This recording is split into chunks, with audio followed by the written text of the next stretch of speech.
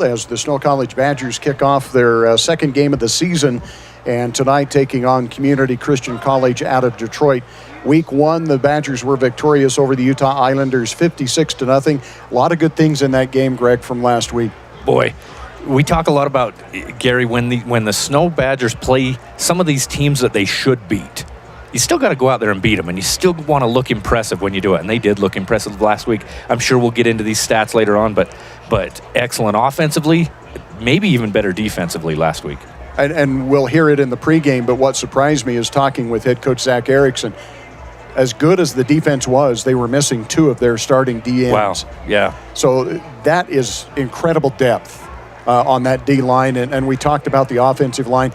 Were the running backs as good as we thought they were, or was it the O-line making them look good? Did you talk to Coach Erickson about that? Okay, I was going to say, I don't know if you're asking me or if you're I am. kind of a precursor to your because both looked excellent. You know, you had a couple of running backs over 100 yards. That offensive line, creating huge holes for them to run through. Yeah, they were impressive last week, and in a game that they should have looked impressive, but they did. Right.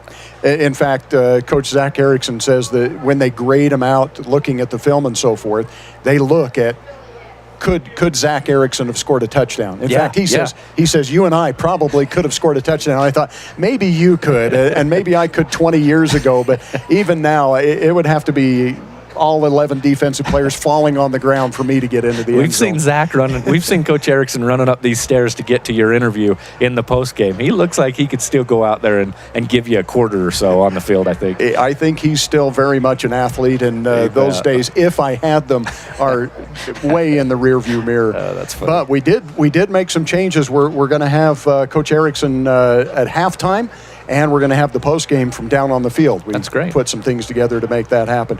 So this week, probably a tougher opponent. They are 0-1. They've played one game already. They played Iowa Central and got beat in that game.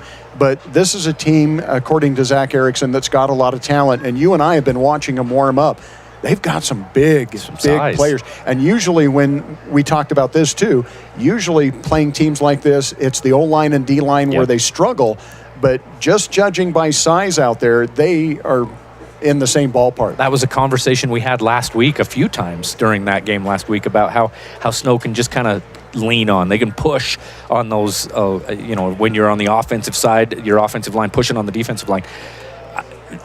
Don't know the skill level of these kids for Community Christian of Detroit, but they got, like you said, they got some size out there. So it'll be interesting to see if they've got the skill that goes along with the size and if they can give a little bit better game to the Badgers this week. All right. This is all leading up. Next week, we'll look forward a little bit. The Badgers host Air Force Prep. Then the Badgers go on the road to Lackawanna, and the season just gets tougher and tougher each and every week. Yep. All right, so we're going to take an opportunity for a timeout here. A word from our sponsors. When we come back, we'll have the pregame interview with head coach Zach Erickson right after this.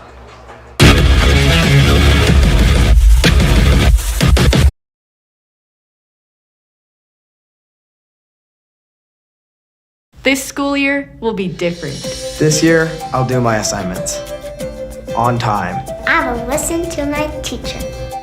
I solemnly swear.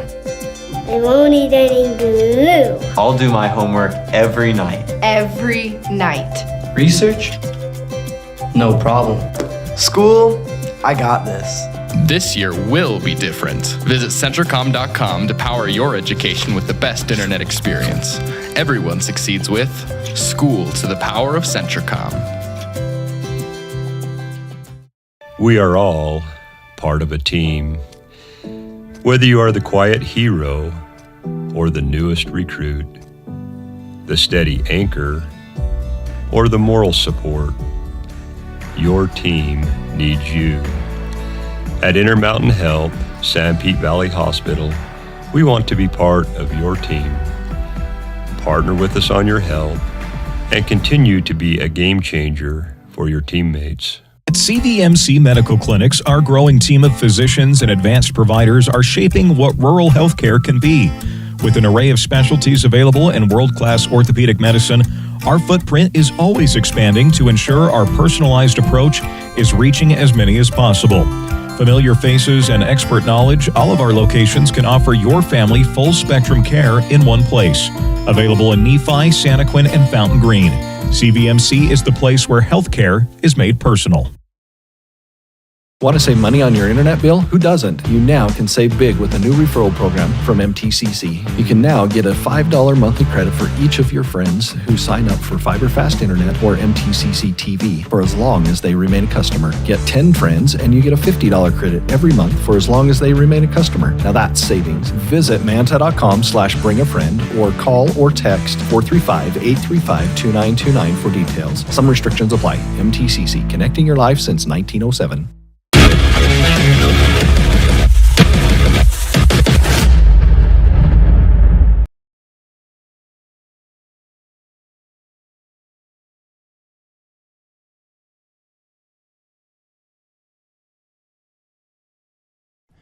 Welcome back to the pregame show with head coach Zach Erickson. You're listening to the Snow College pregame show. Snow College offers a full selection of online courses. For more information, visit snow.edu. First game under your belt, Coach. What are some things that you saw from the game that confirmed that, yeah, we're really strong in this area, and maybe some things that you saw that still need a little bit of tweaking? Yeah, I think the first thing that jumped out to myself and probably anybody that watched the game, how good we are on the offense and defensive lines. Our defensive line confirmed a lot, kind of what we expected. We had 2 starters not play in that first game at defensive line. Oh, really? And so I hate to say we could be even better than what we saw, but I think that's the reality. We're pretty deep at defensive line.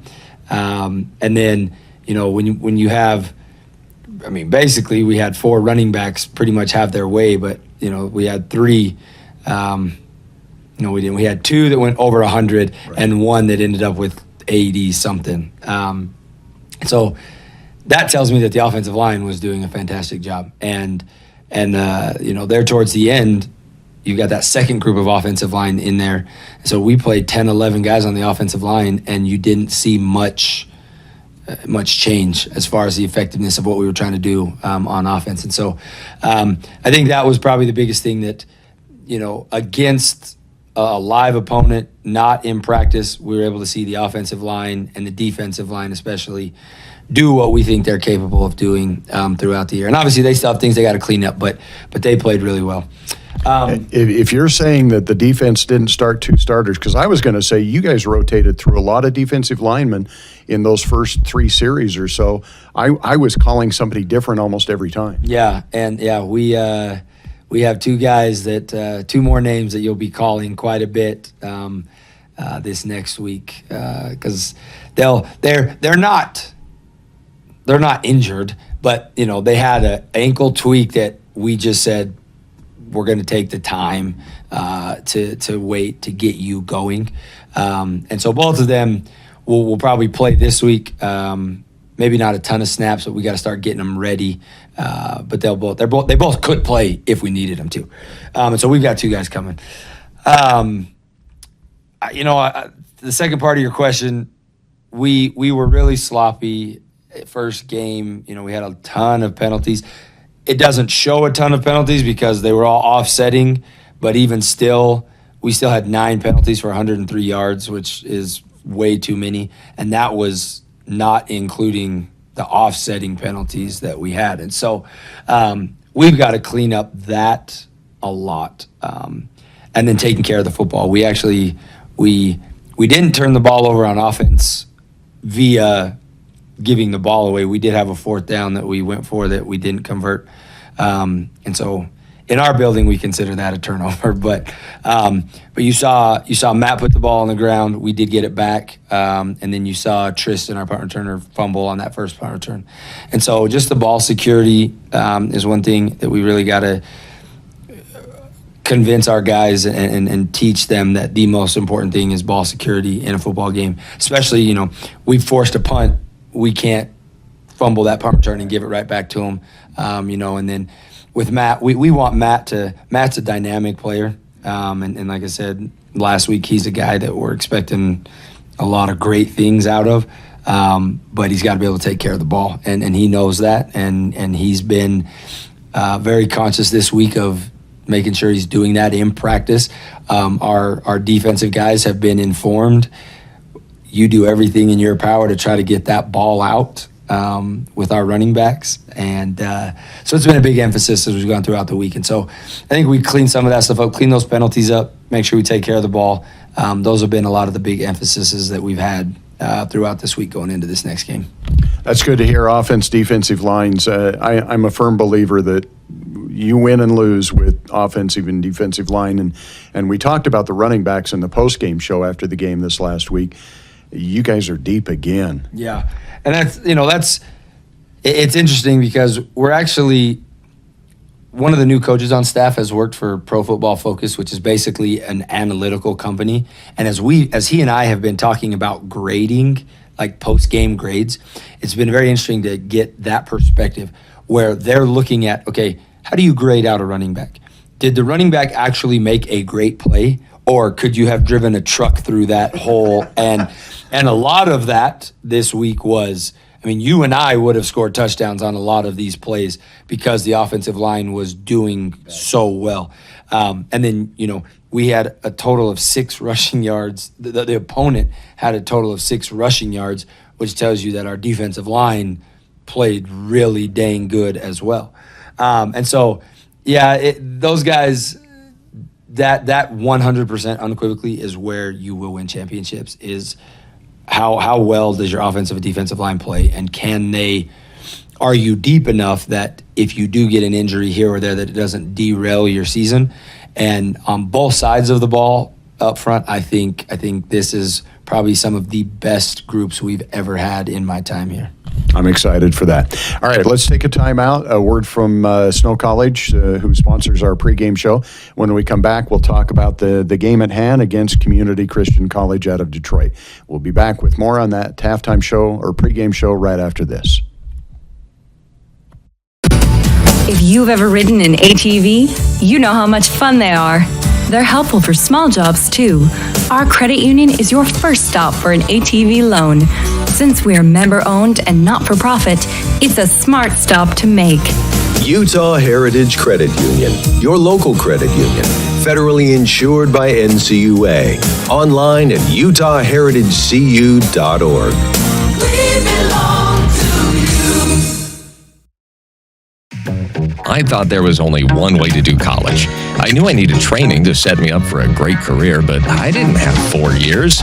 Snow helped me discover that college doesn't have to be about sitting in classes, counting down the hours. They showed me a way to get the edge I needed, and fast. The best part was, with their low-cost programs and tuition assistance, I didn't have to go into debt. I was able to earn my certificate and start working right away. Snow College. This is college. In the days of the mountain men, Cache Valley, Utah became a central gathering place for trappers and explorers. They named it Cache because it was there they would store their goods and come together to trade and connect. This spirit of community continues today at Cache Valley Bank, with locations and services throughout Utah, including 3 branches right here in Sanpete County. They are Central Utah's financial outfitter. No matter your mountain, they want to see you reach the top. Cache Valley and Central Utah are rooted in grand expeditions. Let's keep that heritage alive together. Discover Cache Valley Bank. Mountains await. Member FDIC, Equal Housing Lender. CO Building Systems in Ephraim manufactures a complete line of pre-engineered metal buildings of all sizes. Plus, they are your headquarters for custom metal roof and wall panels for your home or business, including all trim and accessories. All of their roof and wall panels are available in several gauges and over 20 different colors. For a free cost estimate or more information, contact CO Building Systems in Ephraim, 800-262-5347. That's 800-262-5347. Online at cobuildings.com.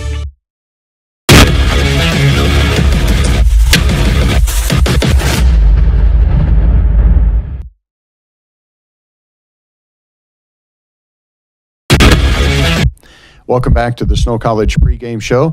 Snow College is a location where you can have fun, and you can also find a very affordable and great education as well. For more information, visit snow.edu. So, Coach, looking at the schedule, it seems like we're getting progressively tougher competition, right? The Community Christian College out of Detroit is going to be tougher than the Utah Islanders were. Air Force Prep is probably going to be a little bit tougher, and that just keeps going, it seems like, right throughout the season. Yeah, we Scheduling is our biggest issue, right? I mean, I would love to be playing Kilgore or Trinity Valley or Hutch. I would love to, but we just can't get those games scheduled for whatever reasons. And I could dive into that even more, but I won't. So as we've been able to schedule these games, yes, Community Christian coming in, as we've watched that tape and we broke down that tape, they're very, very athletic. They're going to be a lot more athletic than the Islanders were. They have more athletes pretty much everywhere on the football field. And this is really their first, or last week was their first game under this kind of revamped regime and revamped program. And so they had a lot of kinks to work out, but as a coach, you got to be careful because you can still see the athleticism on the field. And, these are not necessarily athletes that we see even when we're playing the Iowa Westerns and the Georgia Militaries and the Lackawannas, they do have those type of athletes, but this team from Detroit has athletes everywhere. And so we've got to be conscious of that and be able to make sure that we're prepared for that athleticism. They also are, I don't know if they're unorthodox or if they're just not on the same page yet.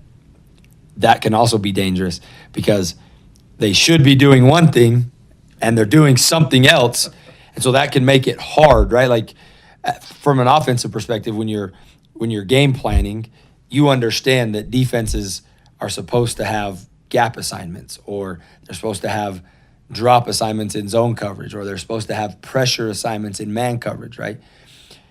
On the tape, we were seeing zone drops out of linebackers and man coverages out of secondary, and a linebacker and a D lineman both going to the same gap, so now we only have one guy to block that. And so it's kind of, you just got to be prepared, and we've got to make sure that we are sound in what we're trying to do and that our guys understand, hey, we may have to make some of these adjustments because they could be doing some unorthodox things. And when you have athletes doing that, it gives us pause, right? We should still be able to come out and we should be able to win this football game if we play like we can play. But it's as the head coach, I sit here and I watch both sides of the ball. I watch the special teams, and I try to find everything that could go wrong so that we're prepared for that. And so, my coach is they're probably watching the tape going, oh my gosh, we're gonna beat these guys pretty good. And I'm the guy saying, oh, hold on. Like, we've got to see this and this and this and prepare for this and this. And so, but yeah, we're looking forward to just getting out there and playing again and, testing some of our athleticism against these guys will be an interesting test to see how that goes. All right, Coach, for the Badgers to come away with a win, I ask you this almost all the time, and I realize some of them are similar answers, but sometimes there's a different wrinkle in there. What have you got to do to come away with a win against this Community Christian team? Yeah, I think where it's still really early, number one, we've got to kind of what we talked about in the first segment. We got to eliminate penalties and turnovers. We got to take care of the football and eliminate penalties, especially what we call like the administrative penalties, right? You're going to have a hold or you're going to have a pass interference just because guys are playing hard. Like, you can live with 1, 2, 3 of those a game. But, it's the false starts or the offsides or the illegal formations or the personal fouls. Those are the ones that, guys, that's not being disciplined. And, one of our hallmarks is to be disciplined. And so we've really worked on that this week. Next, I think, will be for us to continue to establish the line of scrimmage and be dominant in the line of scrimmage. And so that goes twofold. The way that we look at that is, one, A, do we rush for 100 yards, or B, do we keep them under 100 yards rushing? And so those are one of our goals as a team. And so I think if we can do that, that helps us establish the offensive line. And then I think for us, it's going to be really important this week to not give up a big play, right? With those athletes that they have, we can't give up the big play whether that's defensively, whether that's on special teams. We have to make sure that we are assignment sound and don't give up that big play that those athletes, tend to make. And so I think we do those three things. I think we'll be right where we want to be come Saturday night. All right. So this last week, you only gave up, I think, one big play, wasn't it? I think you gave up the one play for 40 yards, and then you ended up blocking a field goal to save that drive. So I can see where you're coming from with that. All right. Good luck to you, Coach, and we'll talk to you after the next Badger win on the postgame show. Sounds good. Thanks, Gary. All right. We'll be back with more on the pregame show right after this timeout. Okay. San Pete Steel in Moroni was founded in 1994 and is one of the major steel construction companies in the Intermountain West, specializing in structural steel fabrication and erection. San Pete Steel's impressive portfolio includes the Hale Theater in Sandy and structures on the campuses of the University of Utah, BYU, and UVU. San Pete Steel in Moroni, where their motto is done right and on time, at 685 East Main in Moroni. Call 800-261-1026, 800-261-1026, or sanpetesteel.com. Visits to the dentist cause great anxiety and fear in some people, further jeopardizing oral and overall health. This is Dr. Douglas. We not only deliver optimal dental care, we make you comfortable while we do it. Douglas Dentistry's patients love listening to music or watching a movie during treatment. Some patients prefer nitrous oxide or laughing gas or conscious sedation. Call Douglas Dentistry today, 283-3800. That's 283-3800. Find us on Facebook or click on douglasdentistryephrem.com.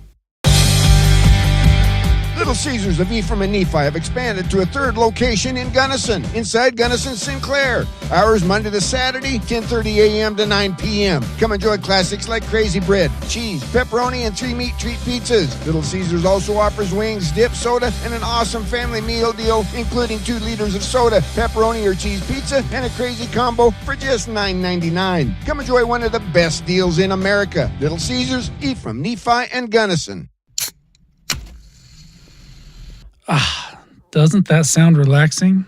At Risk Managers, we want to help you always feel that relaxed. So when you hear this, or this,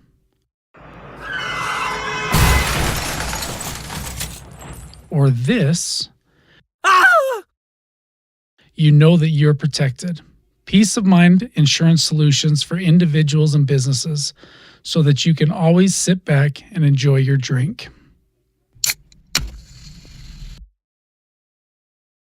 CO Building Systems in Ephraim manufactures a complete line of pre-engineered metal buildings of all sizes. Plus, they are your headquarters for custom metal roof and wall panels for your home or business, including all trim and accessories. All of their roof and wall panels are available in several gauges and over 20 different colors. For a free cost estimate or more information, contact CO Building Systems in Ephraim, 800-262-5347. That's 800-262-5347. Online at cobuildings.com. If you've ever ridden an ATV, you know how much fun they are. They're helpful for small jobs, too. Our credit union is your first stop for an ATV loan. Since we're member-owned and not-for-profit, it's a smart stop to make. Utah Heritage Credit Union, your local credit union, federally insured by NCUA. Online at utahheritagecu.org.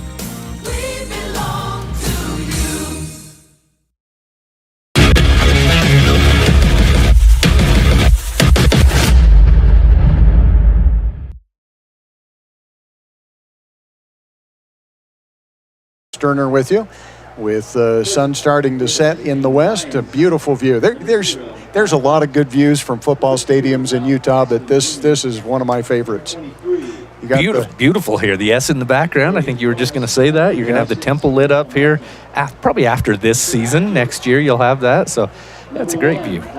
So the Badgers, let's take a look at the polls. We're still in the Week 1 polls, even though some of the teams have got their first game under their belt. Two-time defending national champion Iowa Western is at number 1. They got all the first-place votes. East Mississippi Community College at number 2. Hutchinson Community College at 3.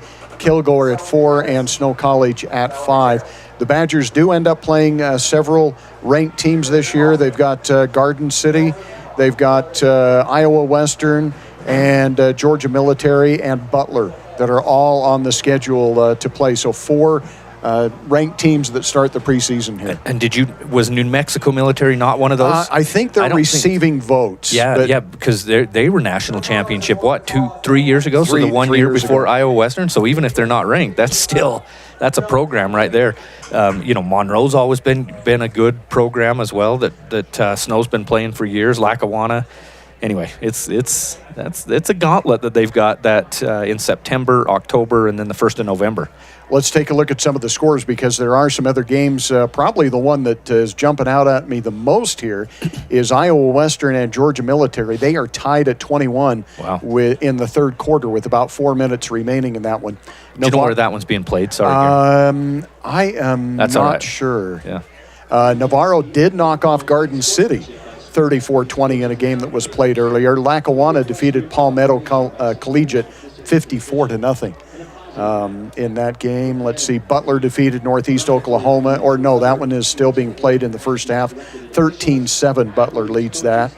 Highland and Monroe. Monroe, again, a team that the Badgers will play, as you mentioned. No score in that matchup so far. So we're just getting underway. Not all of the teams are playing in week 0 and week 1, but by week 2, all of the teams will have a game under their belt.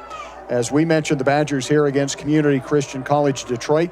They lost their first game of the season to Iowa Central, a very good team. In fact, in Coach Erickson's words, Iowa Central, the team that kicked our butts in the bowl game, and that was one of the worst games that I've seen the Badgers play. And I think that was last week's pregame show, and he said, they basically did to Community Christian what they did to us last year. They kind of took it to them in the bowl game. But Snow's back, ranked in the top 5 in one of the polls, in the top 10 in the other poll. There's the 2 NJCAA polls, but they looked all of it last week, did Snow.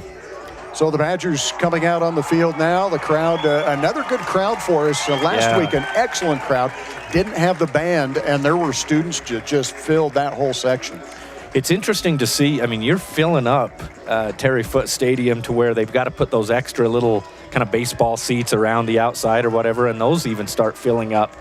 It's neat. You keep bringing this many, maybe we'll get a new stadium built here one of these days. That would be nice. And I think more people would sit across the way, except the sun is just right in your eyes. Until that gets shaded over there, that's not a fun place to be able to sit. But people still filing into the stadium. And as Greg mentioned, there's bleachers, and people are starting to bring their camp chairs to be able to sit around the outside. There's people over next to the Eric Bergeson and Chandra Bergeson Athletic Center. They're the smart ones. That's the comfy chairs. They're the smart fans here. I finally invested in bleacher seats after following all my kids. So if anybody wants a good deal on bleacher seats that I won't be needing any longer, I've got several of them.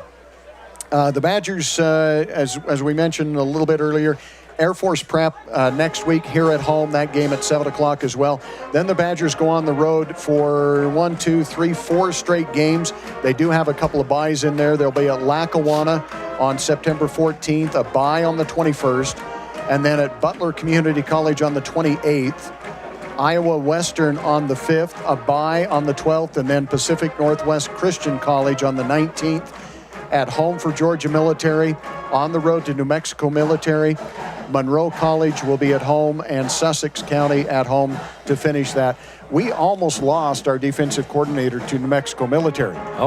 He was in the running for the head coach at New Mexico Military, and not good for Jordan Pulo, but good for the Badgers that he's back. And didn't New Mexico Military have a long coaching staff? They had been there quite a while. Yeah, that's what I thought. You know, we talked, you and I, off the air a little bit about how we give away the still man of the game at the end of the game, and we give away the Little Caesars player of the game, and we gave it to 2 offensive players last week. And Snow on defense gave up 100 yards. I think they gave up 6 rushing yards or something like that. Probably should have looked at the defense. You know, a guy like KJ Fisher had 1.5 sacks last week and a few tackles. Jesse Wilson had a good game last week. Jesse Wilson, definitely. Solomone Longi. Solomone, yes, I was going to say Solomon. Solomone Longi had a good game as well from defensive end position. the defense played excellent. I can promise you we'll be watching closer for a defensive player today, for maybe our steel man of the game or the Little Caesars player of the game. What Greg is saying is we talked about it on, Tuesday or so, and we felt a little bit chagrined over that. Offense is sexy. I get it. That's what you watch. Football, offensive side, but defense wins games too. You're right. Yeah. And we talked a lot about the offensive line and the defensive line. The offensive line just outstanding, making some of those big holes, and you heard that on the pregame show as far as, is it the offensive line that gets the credit or the running back? And I think it was a little bit of both. The running backs made some good moves. Yeah, and they've got some speed, all three of them. A low bouncing kick is going to be taken at the 15, dropped, and still loose, finally picked up, and the Badgers are going to take over 1st and 10 at the 20-yard line. That ball was bounced around by B.J. Inman. Yeah, B.J. Inman, the cornerback out of Vegas. He's back returning today. Might have had a little bit of room. It got to him pretty quick, but that just bobbling it a little bit, slowed him down. But so Snow will take over at the 20. Badger offense out on the field. A.J. Tillman is the running back to the left of Donnie Smith. 2 wideouts left and 2 wideouts to the right. Detroit jumps off sides. The Badgers pick it up, now throw it downfield, and that's going to be incomplete over the head of the intended receiver, Reggie Frischnick. Yeah, Donovan Smith there knew he had just a free play. The Lions jumped off sides, and he just wanted to chuck it downfield, maybe make something happen, but you get the 5 yards no matter what. Keep it at 1st down. I watched the game that you guys had. Well, actually, I guess it was the Utah game that you and I were watching, and Utah took the penalty after they picked up 6 yards. If you're the running back, that kind of ticks you off a little bit. Kind of makes you mad, but you saved the down is the reason for that. Right. But yeah, if you're the running back, you want those stats. Hand off to A.J. Tillman, and Tillman just pushes the pile. That's going to be a gain of 7 and a 1st down for the Badgers. Jackson Tuia, the redshirt freshman, 6'3", 275. Big kid out there blocking for him, doing a good job. I committed last week. We're gonna watch the offensive line for how great they did last week. We're gonna do a little bit better job at that this week of recognizing those guys. So 1st and 10 for the Badgers, out to the 32. Donnie Smith back to pass, has time to throw. Throws deep over the middle. He's got a man out there. A lot of contact, and it's going to be picked off, but it might come back. They might call defensive pass interference here, but it's going to be returned deep into Badger territory. Great defensive effort out there by number 8, Anthony Thomas, who's listed as a linebacker, probably playing safety, and he just went up over the top of the offensive player and came up with the interception. Yeah, did a great job to go up and high point that ball. Let's see what this flag is, whether they're calling. It might be offensive pass interference. The offense is coming out on the field here, it looks like. Nope, they call that against the defense. Yep. Okay. So a defensive pass interference not only keeps possession for the Badgers, but also gives them a 1st down as they move this out to the 47-yard line. On that last play, you mentioned Donnie Smith had plenty of time in the pocket, and you said it right. Boy, he could have stood back there. He could still be standing back there, I think, and just decided to throw that one up a little bit short. Got to lead the receiver a little bit more there. A.J. Tillman still in the backfield. A single setback for the Badgers. 2 wideouts to the right. Tight end on the left side of the formation. Reggie Smith is wide out to the left. Donnie takes his time, looks to the sidelines. Play clock is down to 12. Badgers still plenty of time here. Man in motion now is DJ Overstreet. Hand off to DJ. DJ trying to get to the corner. Community Christian does a good job of stretching that out and holding it to maybe a 3.5-yard gain. The Badgers do get into Lion territory. Yeah, good job rallying to the ball there by the Lions that time. Donnie Smith, Overstreet needed just one more block there on the outside to try and get that edge, but Community Christian rallied to the ball really well. Badgers now go with 3 wideouts split wide to the right. Again, A.J. Tillman in the backfield. Donnie rolls out to the right, buys himself some time, looking downfield, now throws, and pass is going to be caught. It's going to be short of the 1st down. Pass is going to be caught out there by Shandon King, our last week's steel man of the game. Yeah, he returned that kick, that opening kickoff last week. took it all the way back for 6 to start that game. Really quick for the Badgers last week. It's kind of interesting to see, and I get it, you're just calling your plays, but a lot of times you'll put a quarterback off platform like that. You'll get him out of the pocket because the pocket isn't holding, and that's the difference. You know, Snow is obviously creating a very good pocket for Smith. Big third down here for the Badgers. 3rd and 1. Handoff goes to Tillman. Tillman caught in the backfield. Great job defensively coming up again and making the tackle. Is that number 2? No. Oh, yeah. Ralph Gaston Jr. Yeah. Come up from his safety position and really blew that play apart. Those Community Christian kids, they're hitting hard. Those last couple of plays, really the last 3 plays, both that where they stretched it out to the sideline, and then on the other sideline over here on Shannon King, they smacked the Snow Badgers. They're coming to play. Well, Badgers are not bringing on the punt team. It looks like they might go for it here on 4th, or maybe try to draw them off sides and take the delay of game, give some more room to punt. But Badgers are lined up to go for it here on 4th and 4. A little bit of a loss on that play even. Handoff is going to go straight ahead. Tillman finds a hole. Tillman has the first down. And the Badgers will move the chains. Coaches for the Badgers obviously trusting their offensive line there. Coach Zach Erickson talked about that quite a bit in your pregame show. He gave a lot of credit, a lot of praise to that offensive line, and they did their job right there to get A.J. Tillman a good, 6 yards or so on 4th down. So the Badgers move the chains, have it at the 41-yard line. Handoff again to Tillman. Tillman again, a small hole, breaks a tackle. Looked like he was going to really break it loose, but holding on for dear life was number 68. No, I don't have a 68. 58, thank you, is Breon Key. Yeah, one of those good-sized linemen out there that you mentioned in the pregame show, Gary. They've got some girth for sure on the defensive line. Do Community Christian.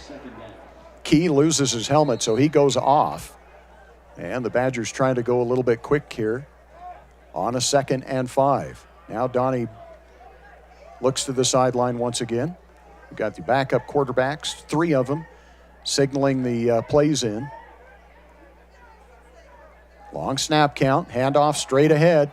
This is going to be Wilson. Wilson breaks a tackle. He gets to the 2nd level and taken down, but not until the Badgers pick up yet another first down. So Matt Wilson last week had over 100 yards, and that's probably not his most impressive stat. 5 carries, Gary, to get to over 100 yards last week. He had that big, 81, 82-yard run or so last week that obviously padded those stats, but got a lot of speed at the running back position for Matt Wilson. He was through that hole very quickly. Yep. So 1st and 10 for the Badgers, now inside the 25-yard line. Donnie back to pass. Pump fake. Rolls out of the pocket, looks to the right, throws on the comeback route. He's got a man open over there, King. King retreats, but still picks up the first down. He's going to be taken down at about the 13-yard line. Made the catch around the 8.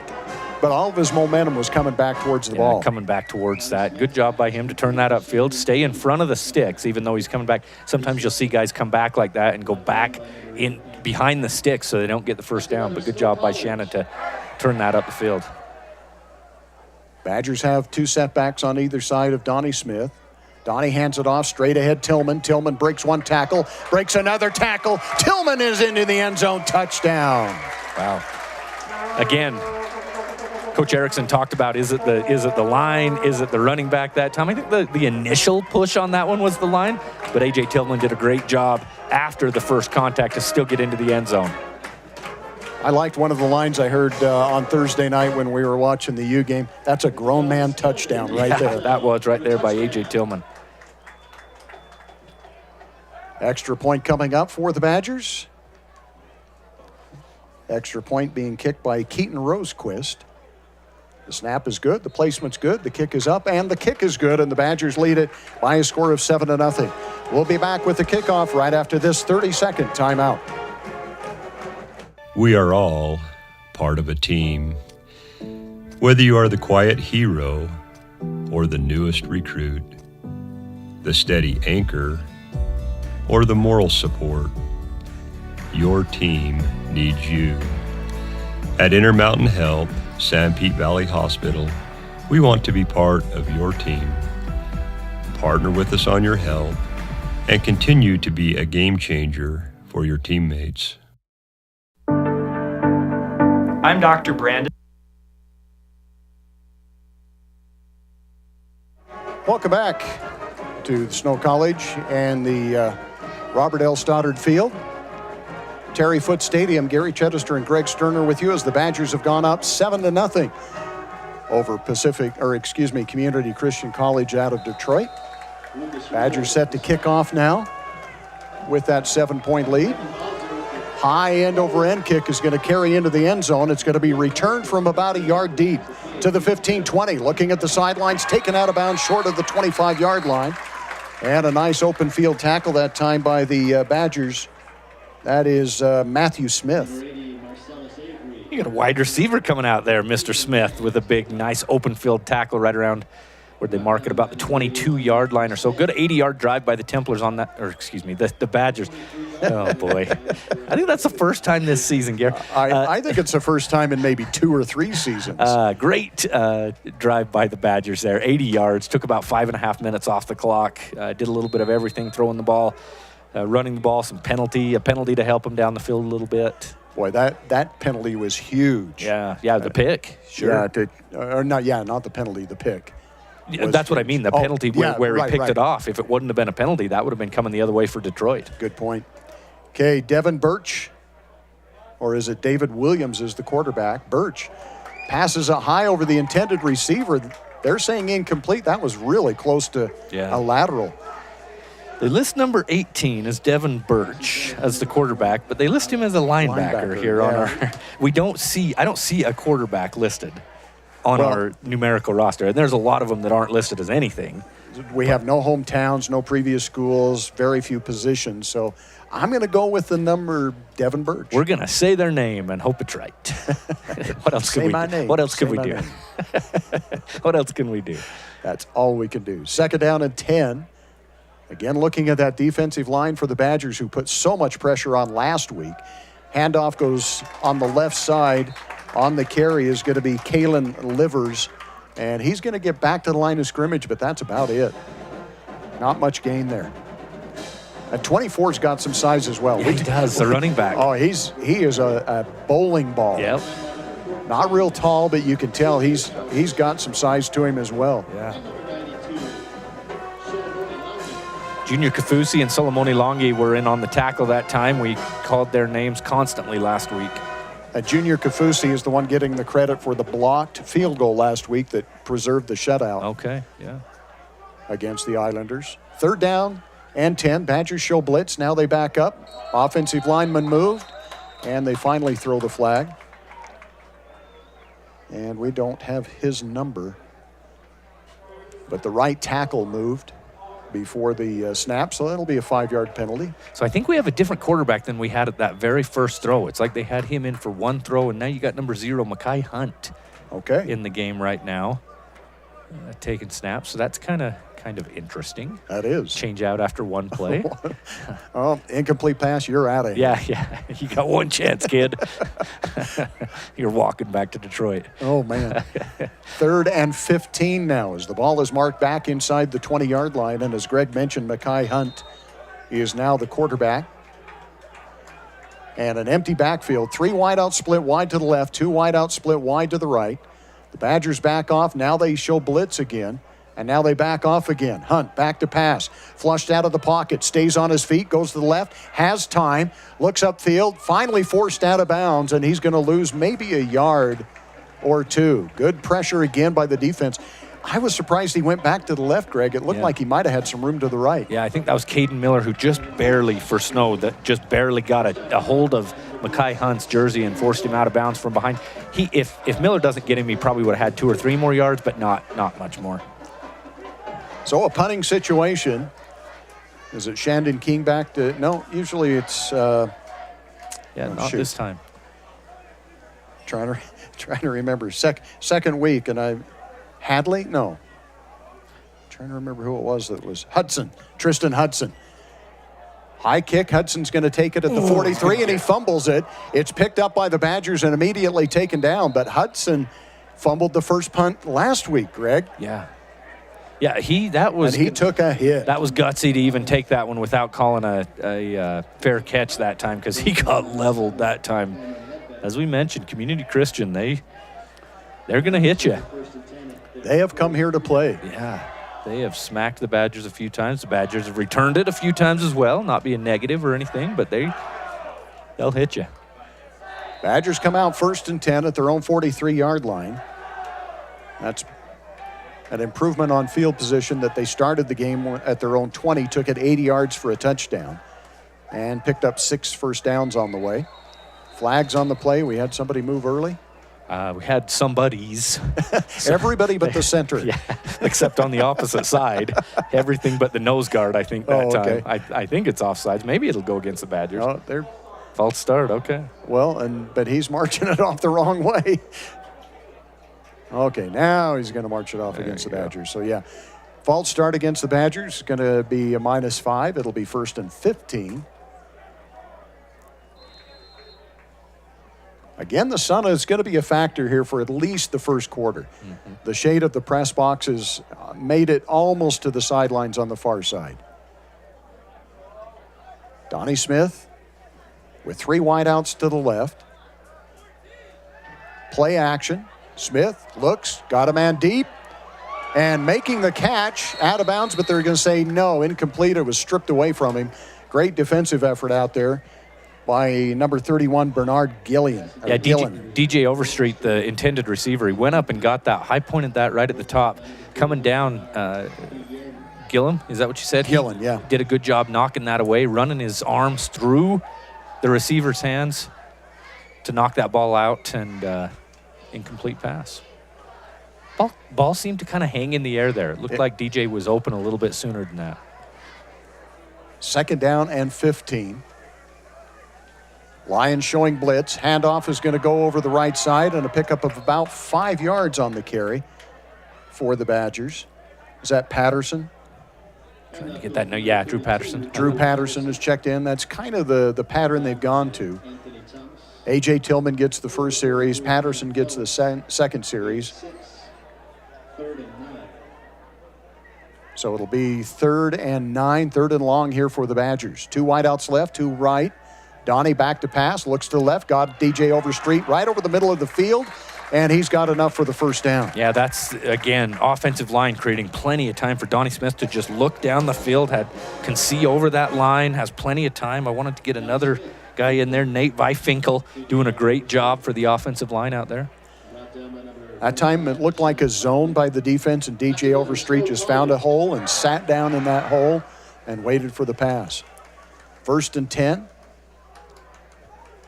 Tight end in kind of a slot there. Handoff goes again to Patterson. Patterson breaks a tackle, breaks another tackle, and he's got the first down. That's going to be something I'm going to watch a lot now after talking with Coach Erickson. Is it the line that's making this work, or the running back? Again, there, I think it's a little bit of both. Yeah, good job by Drew Patterson to break 2 tackles before being taken down, but still 11 yards or so on that run. I don't think anybody touched him till he was 8 yards down the field. Yeah. So 1st and 10 for the Badgers at the 31, looking a lot better on their first 2 drives this week than they did last week. Tight end in motion. Donnie Smith back to pass again, has time. Goes on the post route. In the hands of Reggie Fishnick. Reggie, 2 for 2 and 2 touchdowns. Yeah, 2 catches on the year, and both of them go for touchdown. Similar plays both time. Yeah. You look at that last week, it was on that other side of the field. A post route, just ran past his defensive back that was defending him, and Donnie Smith puts it on his numbers in stride. Just almost identical. Extra point coming up here by Rosequist, as the Badgers now lead it by a score of 13-0. Snap is good, placement's good. The kick by Rosequist is up, and the kick is good, and the Badgers lead it 14-0. We'll be back with the kickoff right after this 30-second timeout as we see the highlight here.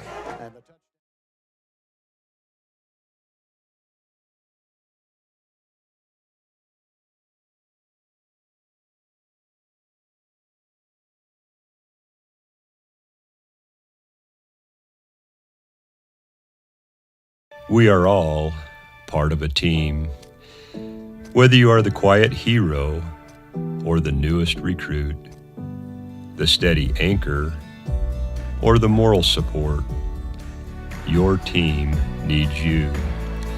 At Intermountain Health, San Pete Valley Hospital, we want to be part of your team. partner with us on your health, and continue to be a game changer for your teammates.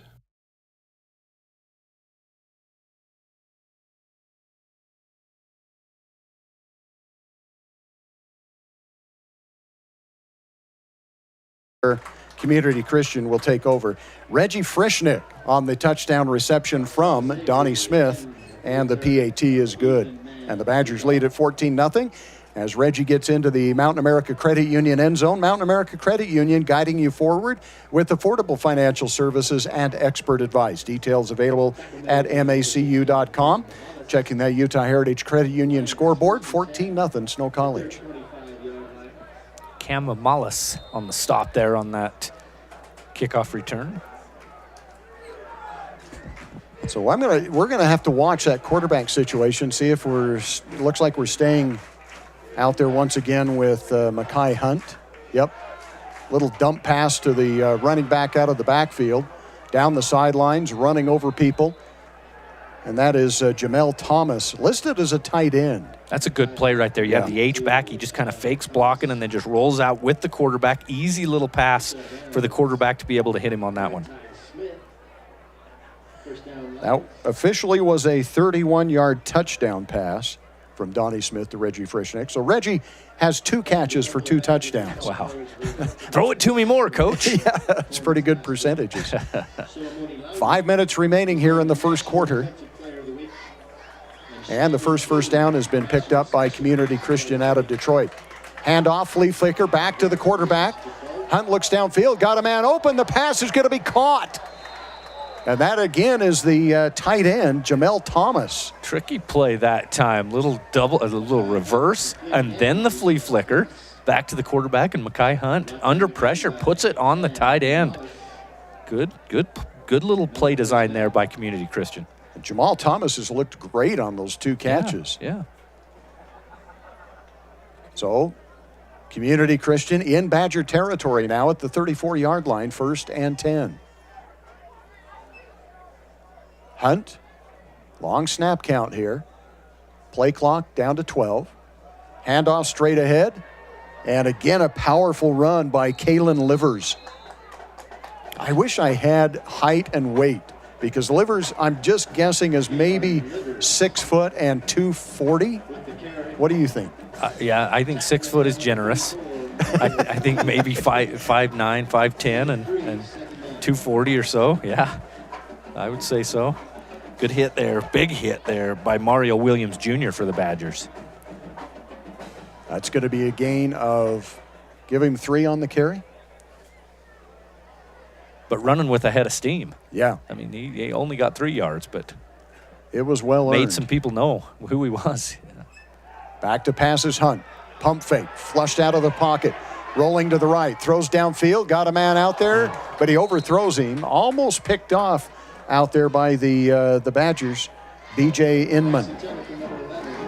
Yeah, the corner, B.J. Inman came up. He was kind of timing that to try and get that 1 foot in on the sideline, but clear too far out of bounds to be able to do that. So it's going to bring up a big 3rd down now for the Lions. Hunt looking to the sidelines for the play. He's going to come out with 3 wide receivers split wide to the right. Got to keep an eye on Jamel Thomas. Mm-hmm. He's been targeted for 2 big plays that have gotten him into Badger territory. Most of the yardage on this drive. Yep. Badger showing blitz with the middle linebacker.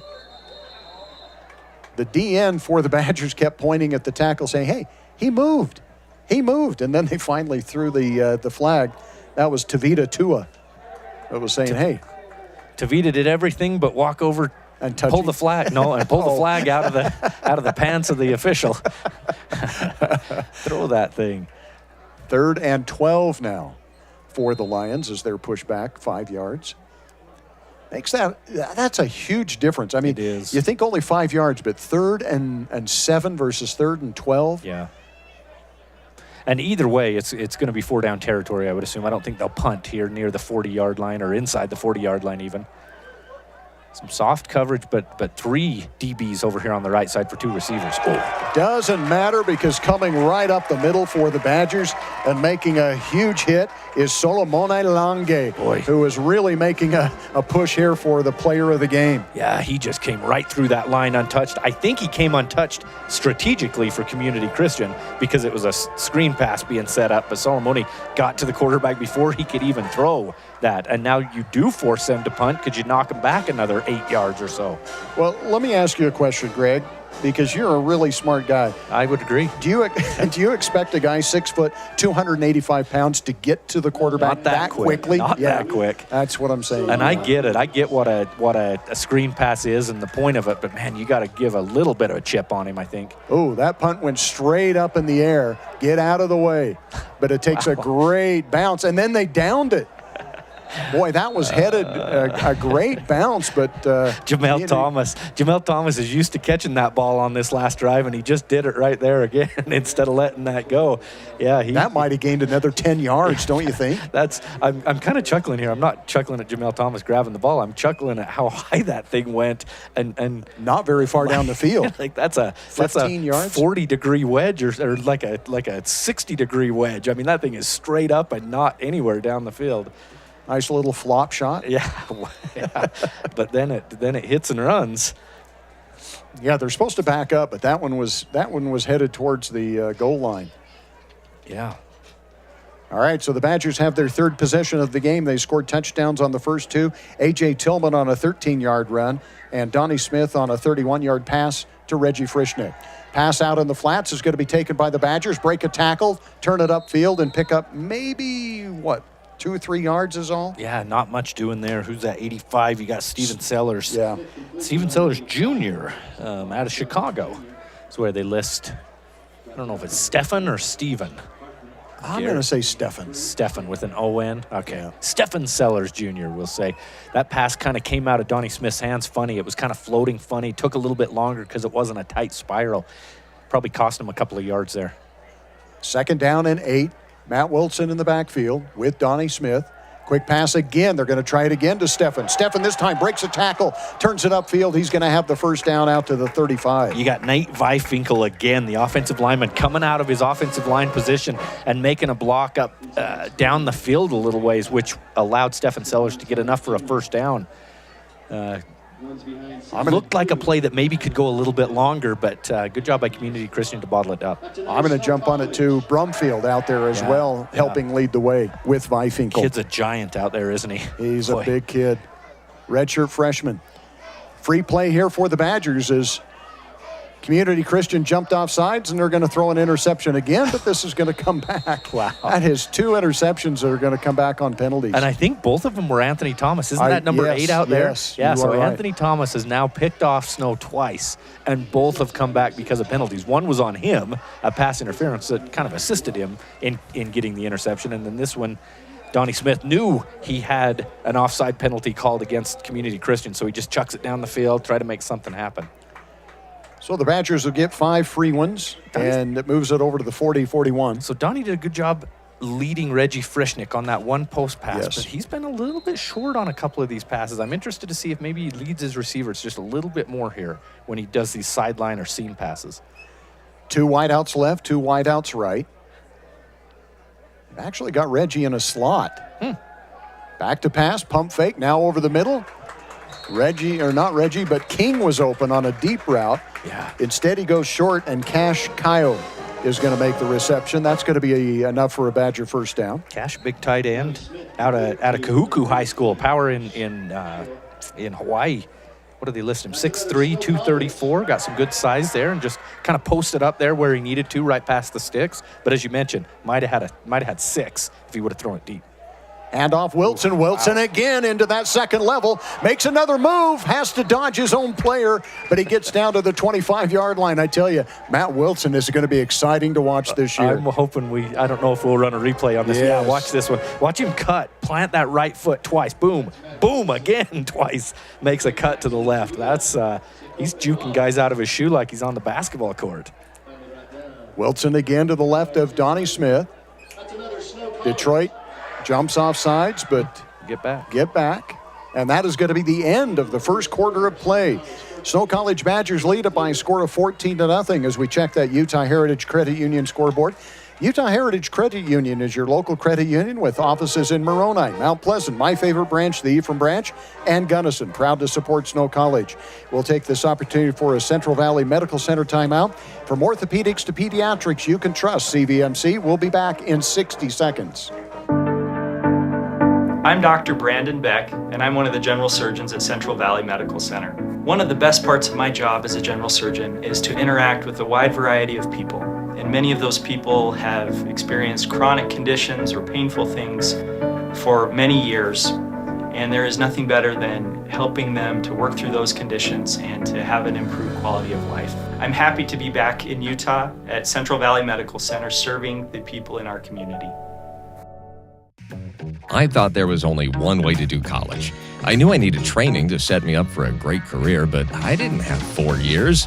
Snow helped me discover that college doesn't have to be about sitting in classes, counting down the hours. They showed me a way to get the edge I needed, and fast.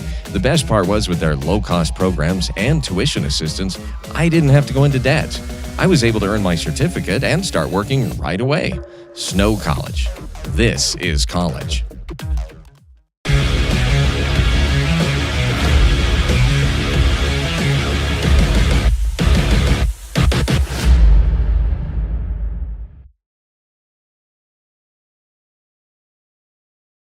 Community Christian territory.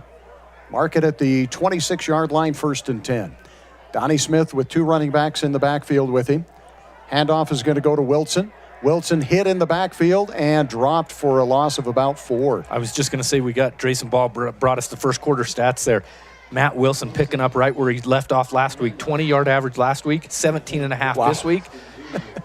That's going to hurt. And then that'll bring it back after you lose a few yards, about 4 yards there. Donnie Smith, first quarter, 7 of 8, 86 yards. Extremely efficient. I talked about that last week. Did. After this play, we can talk about that more. 2nd down and 15. Jeez, again. Community Christian jumps off sides, free play. Donnie pump fake. Now he goes into the end zone. He's got DJ Overstreet and overthrows him. Looked like DJ slowed up for just a second stumbled. there. Okay. He stumbled. Yeah, he got tripped up. Donnie Smith recognized it, waited just another couple of steps, let him start running again, and then tossed it up there, give his guy a chance. But I talked about how I want to see Donnie Smith, I don't know. We call him both here sometimes. Donovan Smith, I want to see him be a little bit more efficient. Last week, 10 of 21. A lot of yards, but not all that efficient. 7 of 8 in the first quarter. That's what he's got to do against a team like this. A few of these teams to start the year. I want to see him be 60, 70%, and he started that way today. So it's going to bring up a 2nd down and 9 after the penalty. So A.J. Tillman on the left and Matt Wilson on the right. Donnie back to pass, goes to the end zone again, and had King, but overthrew him a little bit again. But like you said before, that's a better pass than leaving it short. I was just going to say Only that, Gary. King is the one that's going to catch that. I was just going to say that. I'd rather see him lead his guy a little bit too much than to see my guy have some separation and then have to come back to the ball and fight with the defensive back to prevent an interception sometimes. So, yeah, that's okay. That'll get cleared up. Second game of the season. It's good to see receivers having some separation, which they've had today. Big 3rd down here for the Badgers. Single setback now. Matt Wilson is going to be to the right of Donnie Smith. 2 wideouts to the left, 2 wideouts to the right. Reggie at the top of the screen. Handoff is going to go to Wilson. Not much out there. Wilson breaks a tackle, however, and falls forward. He's going to gain maybe 2. And do we see the place kicker here, the field goal? We have not seen a field goal attempt by the Badgers. And we're not going to see one here. The offense staying out there on 4th down. Yeah, that's a play call right there that you know you're going to go for it on 4th down. You just want to get 4 or 5. Well, with Matt Wilson, you could see 15, 20 yards easily, but you just want to get half of it and now go for it on 4th. Pistol formation, handoff to Wilson again. Wilson goes to the right, breaks a tackle, got the 1st down, still on his feet, drags big number 93 inside the 10. A late flag is going to come in, and I don't have 93 out there, but he is big. I'd like to get the big fella's name out here. I would too. He lost his helmet that time. What's the penalty going to be? It was a late flag. And right where the tackle happened. So I don't know, maybe a face mask or... Yeah, going for it on 4th down, and what do you got? 4th down and 7 or so, and you still hand it off. You trust your offensive line and your running back to go get those 7 yards, and Matt got even more than that. How much is he going to end up with? I think he ends up picking up 15 yards, maybe a little bit more, and officials still out there talking things over. But there are 2 flags actually 3 flags on the field. So we'll see what the call is here coming up from the official. And it's going to be dead ball, personal foul against the Lions.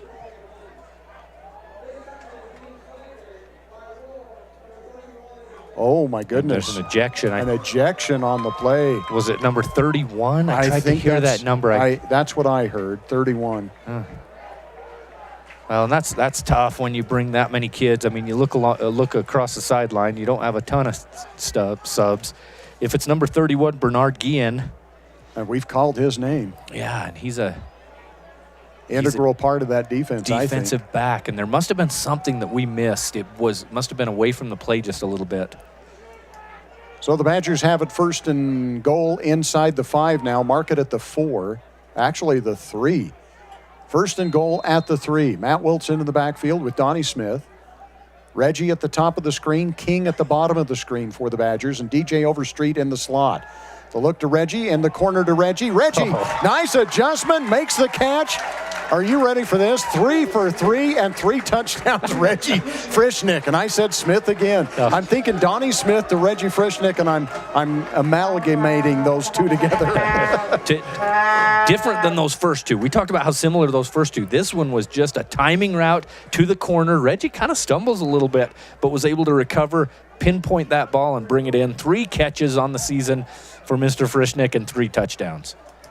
Wow. So Reggie has an amazing percentage on catches and for touchdowns. Perfect. Yeah. You don't get any better. Yeah. Extra point is up, and the extra point is good. And the Badgers now lead it by a score of 21-0 here in the 2nd quarter. We'll take this opportunity for a timeout, and we'll be back with the kickoff right after this.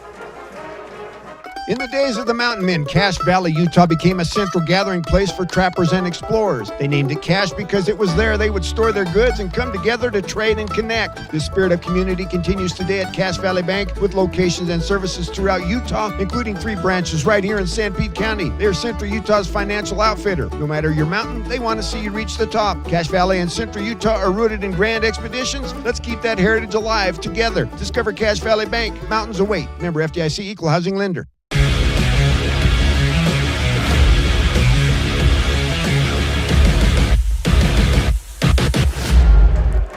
Welcome back once again to Robert L. Stoddard Field and Terry Foote Stadium. Gary Chedester and Greg Sterner with you as the Snow College Badgers have opened up a 21-0 lead over Community Christian College out of Detroit. Greg, the offense kind of sputtered last week. Their first 3-4 possessions did not look good. They've worked out the kinks this week. Yeah, they got it going later in that game. But at the first, you're right. Very different start to this one than last week offensively. Very similar defensively, I would say. Yes. Kickoff return is out to the 26-yard line, and that's where the Lions will take over 1st and 10. So the Lions have started at the 22, their 25, and their 26. They did pick up 2 first downs and got deep into Badger territory on that last possession, and then it was turned back in a hurry. Yeah, you can tell Mekhi Hunt has got some talent back there at quarterback. Made some plays to get down the field into Badger territory last time, but ended up having to punt after that big sack by Solomone Longe on 3rd down. Dallin Sweat with the tackle there on the kickoff return, Manti boy. There was a bunch of cheers right down here in the Glenn and Diane Bear area, so I looked up and noticed it was Dallin. 1st and 10. A little delayed quarterback draw here. Flag on the play. Mekhi Hunt is hit and taken down. It's going to be a loss on the play, and Brian Cuthbertson in on the tackle for the Badgers. Cuthbertson, the All-American first team last year, comes in, picks up right where he left off last season. Big hit. Good job by Hunt, though. It looked like he was going to get kind of smacked a few times and was able to spin out of a few tackles. Kind of shifty. Yeah. I mean, he's got some quickness and good feet. But that's tough against the Badgers to do that for 2 or 3 times behind the line of scrimmage. You're going to be brought down if you're having to dance. So an illegal procedure, it sounds like, against Detroit. And the Badgers are going to decline that penalty, take the play. It's going to be a loss of 4, and make it just a loss of 3. It'll be 2nd and 13. Hunt, the quarterback. In the backfield is Chase Thomas with him. Thomas to Hunt's left, 2 wideouts to the right. Long snap count here, down to 3 seconds on the play clock. The snap is in time. Hunt looks deep, goes over the middle, going to be out there and almost picked off. Pretty good defense out there by B.J. Inman once again. 3rd time we've called his name, twice on defense, once on special teams for Inman, making things happen out there. Kind of an athletic play. If he would have been able to pick that one off, that would have been a highlight reel. Had to go up high to get that one, looking like Kobe Bryant out there. Oh, he's got some hops. He was way up in the air. Yeah. So it'll bring up 3rd and 13. Badger defense has looked as good as they did last week. And facing a big 3rd down here. Empty backfield for Hunt.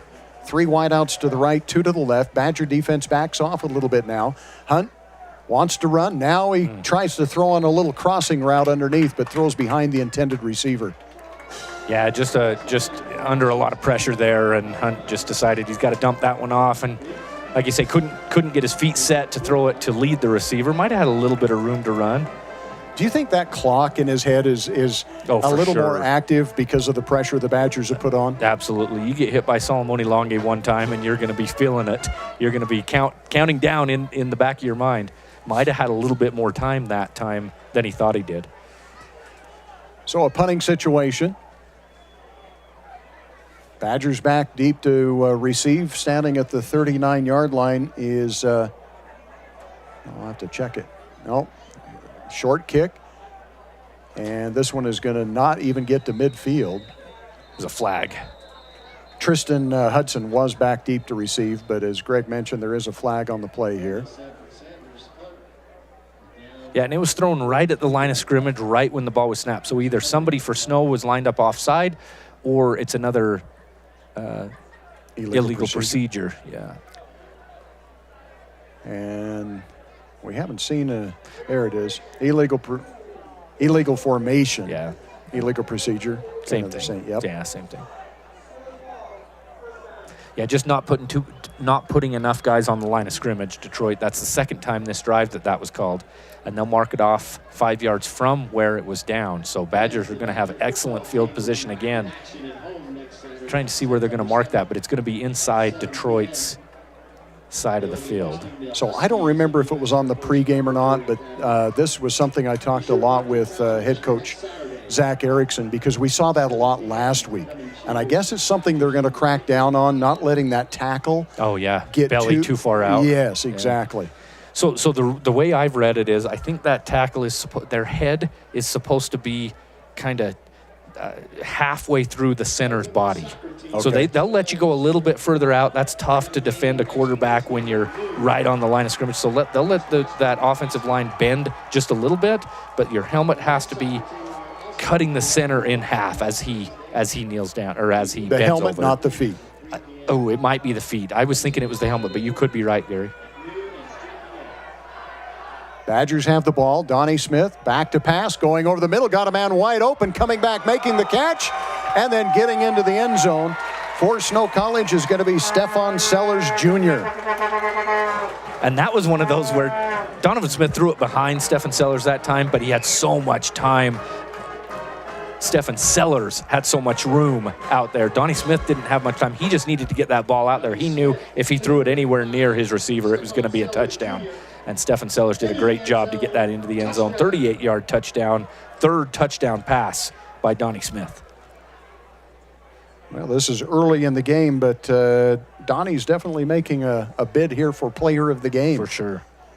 Extra point coming up, and the extra point by Rosequist is good. The Badgers lead at 28-0 with 12:09 remaining, getting into that Mountain America Credit Union end zone. Mountain America Credit Union guiding you forward with affordable financial services and expert advice. Details are available at macu.com. We'll take another Central Valley Medical Center timeout. From orthopedics to pediatrics, you can trust CVMC. We'll be back with the kickoff in 30. Visits to the dentist cause great anxiety and fear in some people, further jeopardizing oral and overall health. This is Dr. Douglas. We not only deliver optimal dental care, we make you comfortable while we do it. Douglas Dentistry's patients love listening to music or watching a movie during treatment. Some patients prefer nitrous oxide or laughing gas or conscious sedation. Call Douglas Dentistry today, 283-3800. That's 283-3800. Find us on Facebook or click on douglasdentistryephrem.com.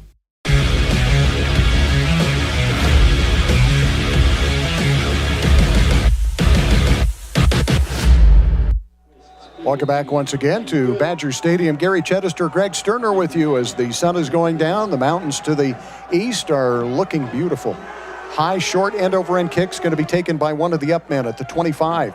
Hit at the 30 and taken down there. Nice open field tackle by Tristan Brimhall for Snow College. Big hit there, and the Community Christian Detroit kid, number 48 out there.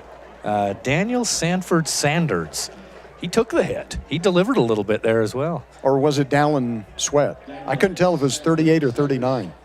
Dallin is 39. I thought it was 38. I thought it was Tristan Brimhall, but they put Dallin Sweat up on the board though, so we are not going to not mention our Manti boys when they make something happen. There we go. Well, we talked so much about the defense last week. The offense has really started this game a lot better than they did last week. Defense out on the field right now. Hunt keeps it, rolls out to the right, throws downfield, got a man out there who's beaten everybody, but it's overthrown, incomplete. Nice job by Hunt to try to get it downfield to Willie Deere. Yeah, good. Deals. Good play design right there. Executed almost perfectly. Hunt just led him a little bit too much. Deals had a step on two Badgers. If he could have put it on the numbers there, he might have had 6.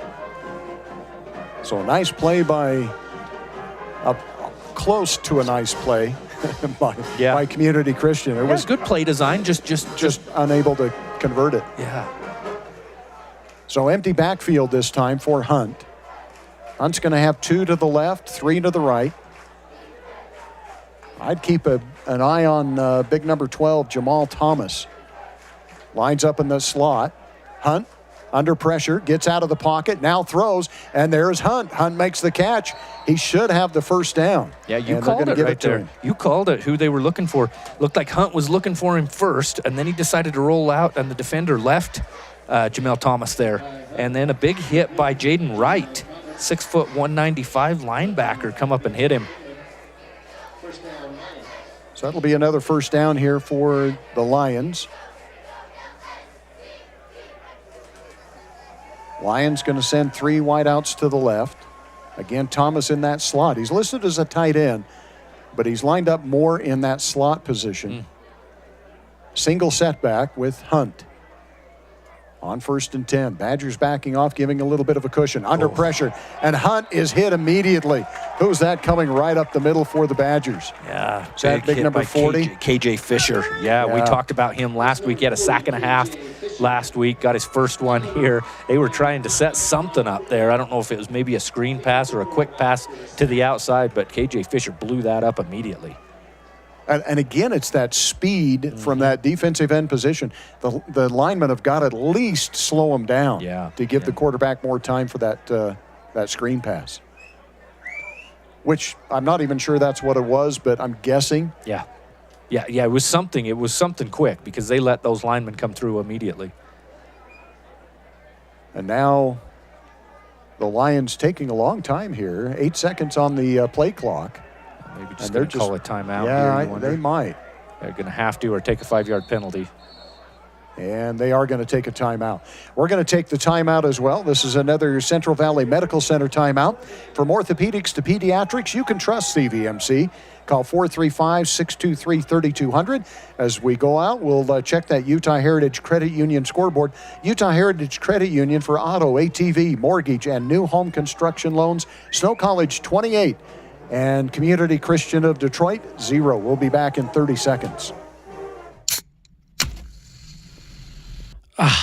Doesn't that sound relaxing?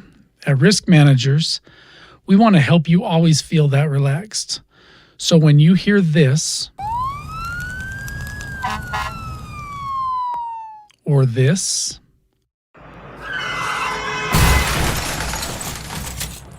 or this, you know that you're protected. Peace of mind insurance solutions for individuals and businesses, so that you can always sit back and enjoy your drink.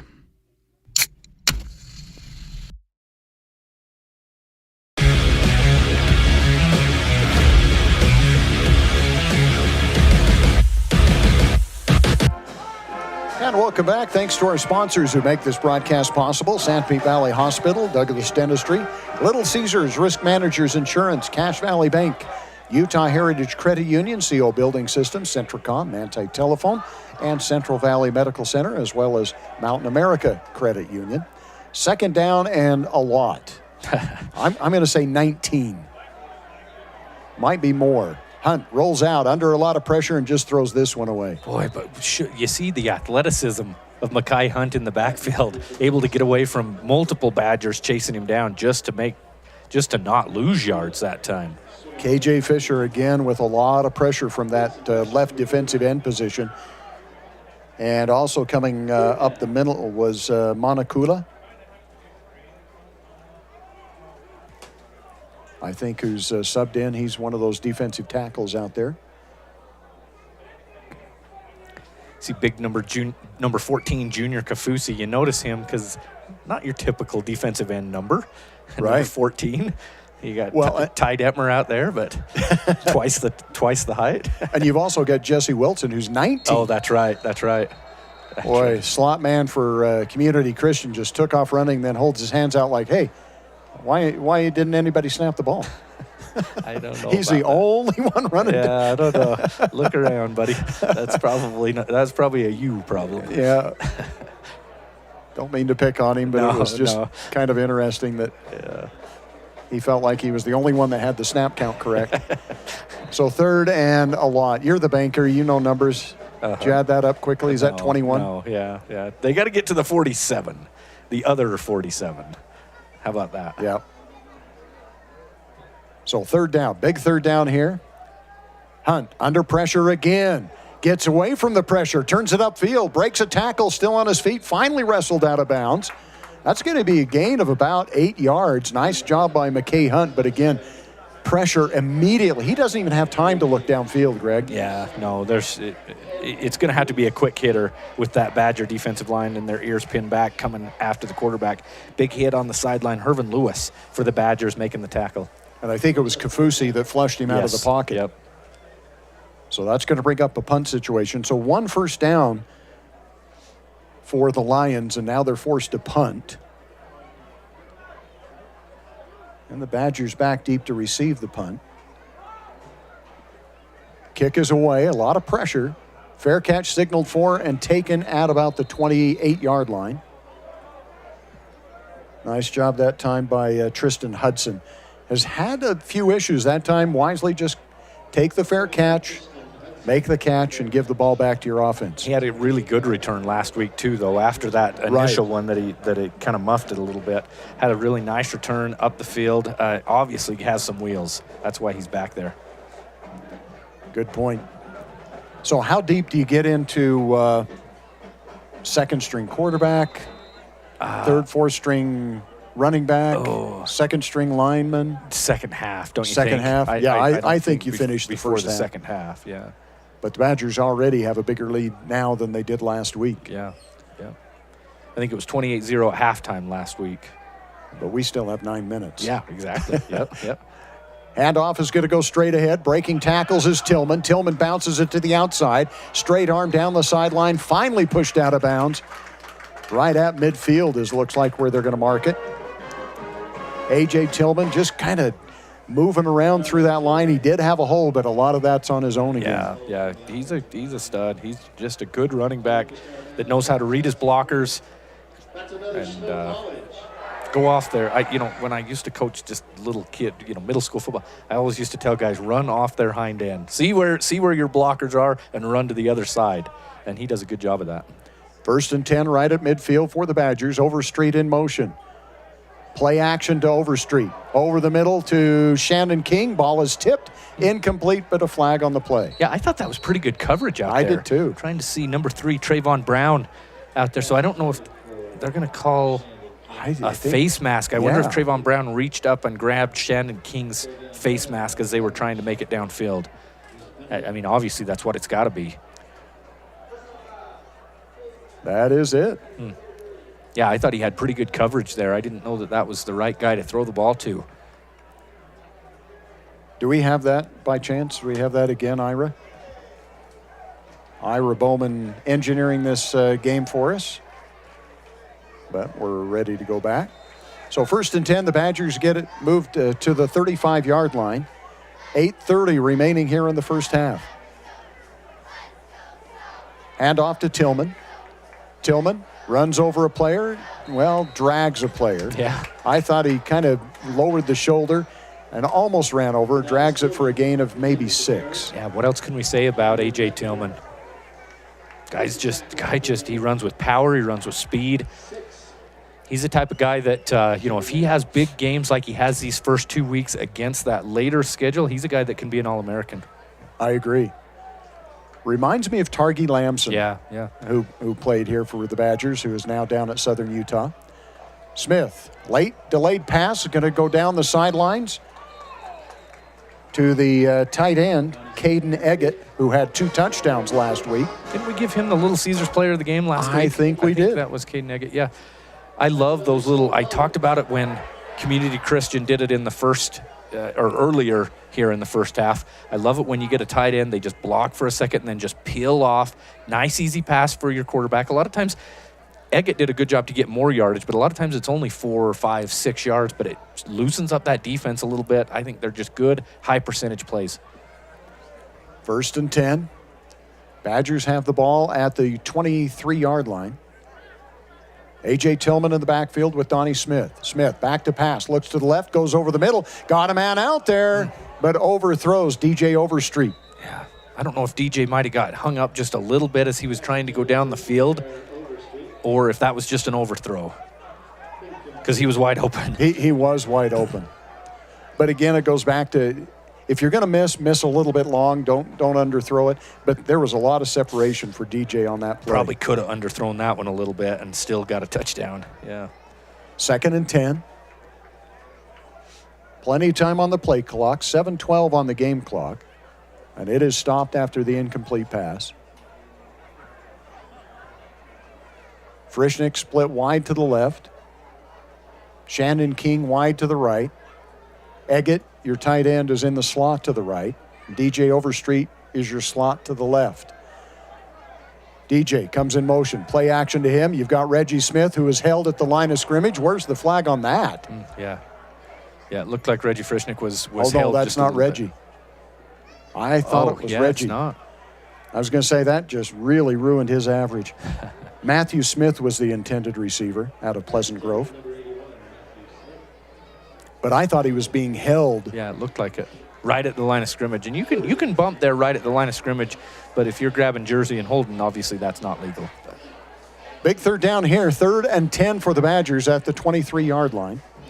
Pistol formation with A.J. Tillman behind Donnie Smith. Timeout is going to be taken by the Lions. We'll take a timeout as well, as the Badgers lead it here in the first half, 28-0 with 7:06 remaining. We'll be back in 30 seconds.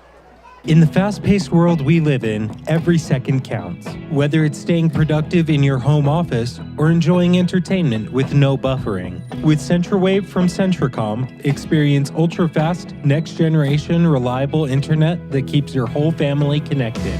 CentraWave by Centracom. Fast, reliable, everywhere. Get connected today.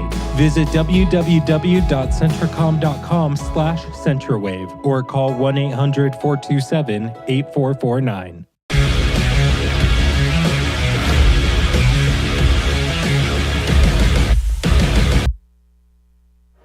Welcome back to Terry Foote Stadium, Robert L. Stoddard Field.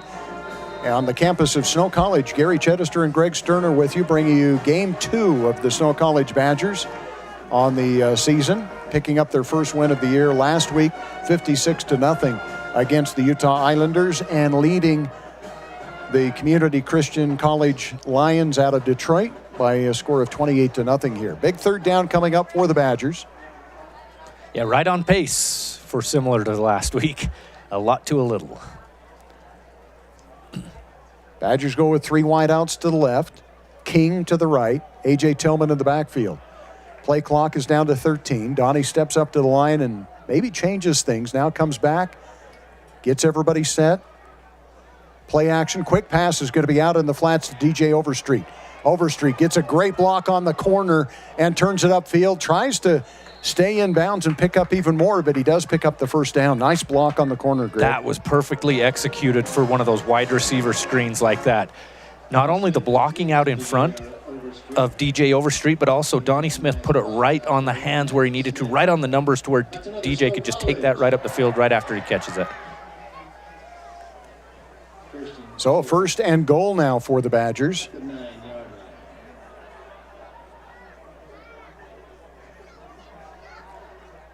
Again, A.J. Tillman in the backfield. Pass over in the corner, got a man out there. It's going to be caught, but not much of a gain. Maybe, 3 yards or so? A little bit extra there at the end, wasn't there? Eggett came open as well over to the right. Caden Eggett would have had another touchdown there, I think, I think Donnie was looking to the left that time all the way. Eggett's got pretty good odds, too. I mean, he's got 2 touchdown passes. Yeah. He's a big kid. So 2nd and goal. Mark it at the 6-yard line. So 2nd and goal from the 6. Badgers go with 3 wideouts split wide to the right. You've got King, Eggett, and then DJ Overstreet.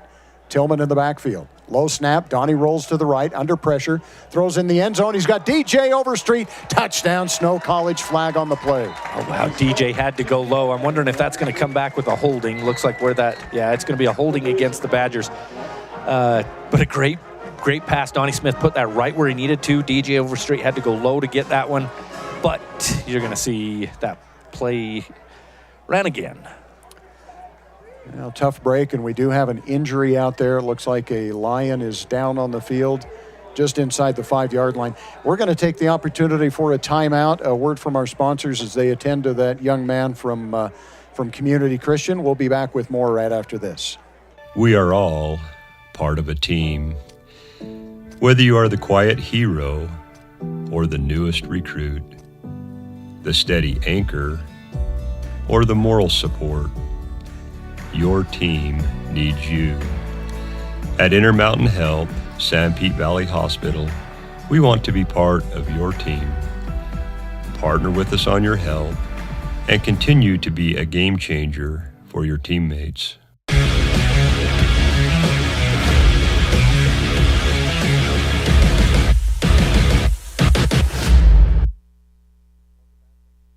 Welcome back once again to Robert L. Stoddard Field and Terry Foote Stadium.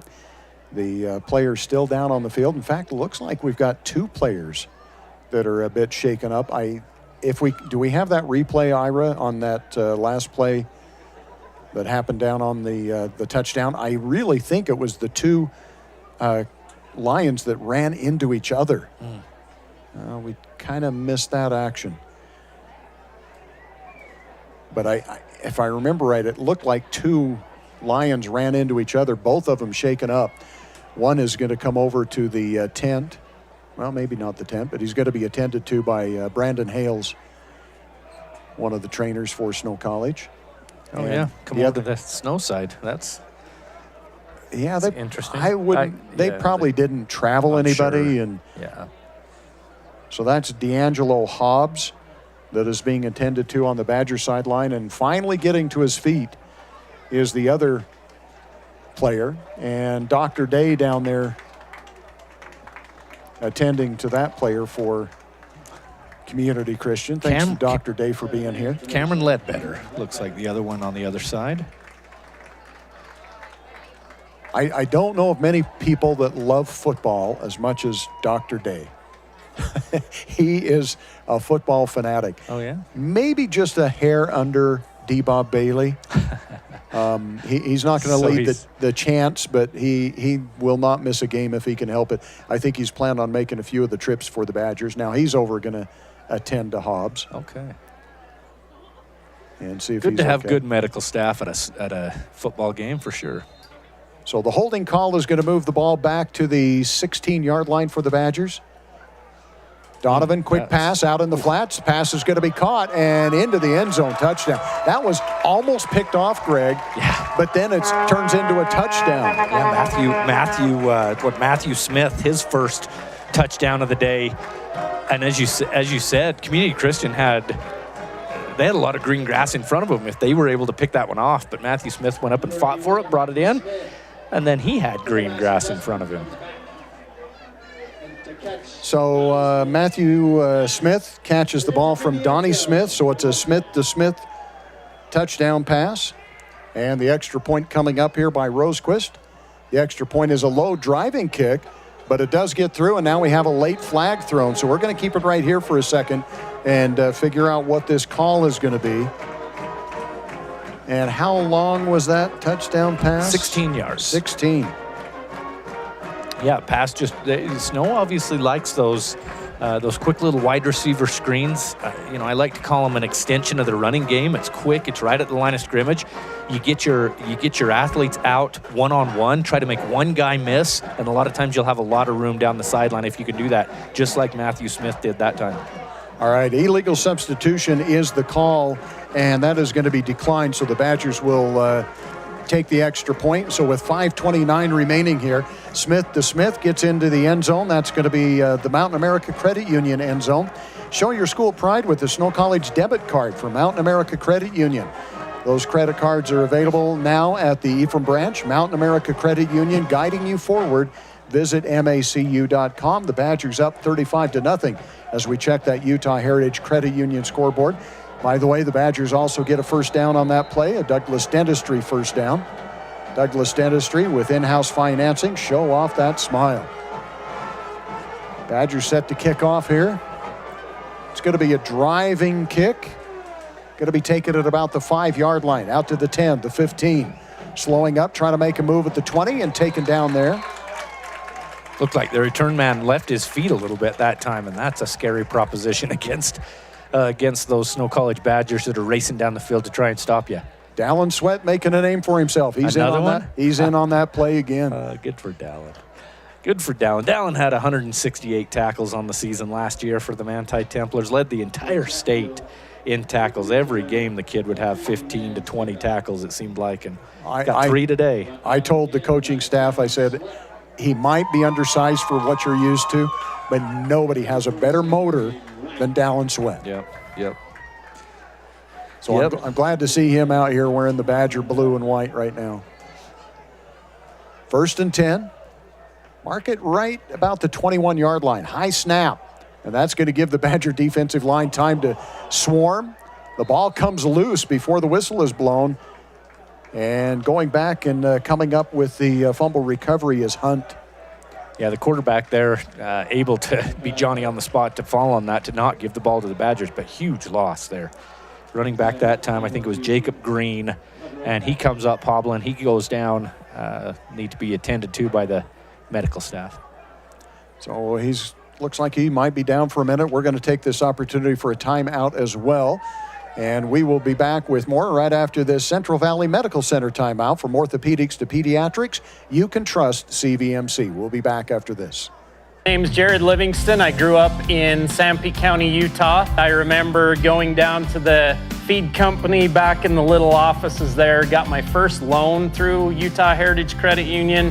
And ever since then, fell in love with the personal atmosphere that you get with a local credit union. Been there ever since I was a little kid to today, whether we're dealing with an auto loan or just cashing a check, they're right there every time we need them.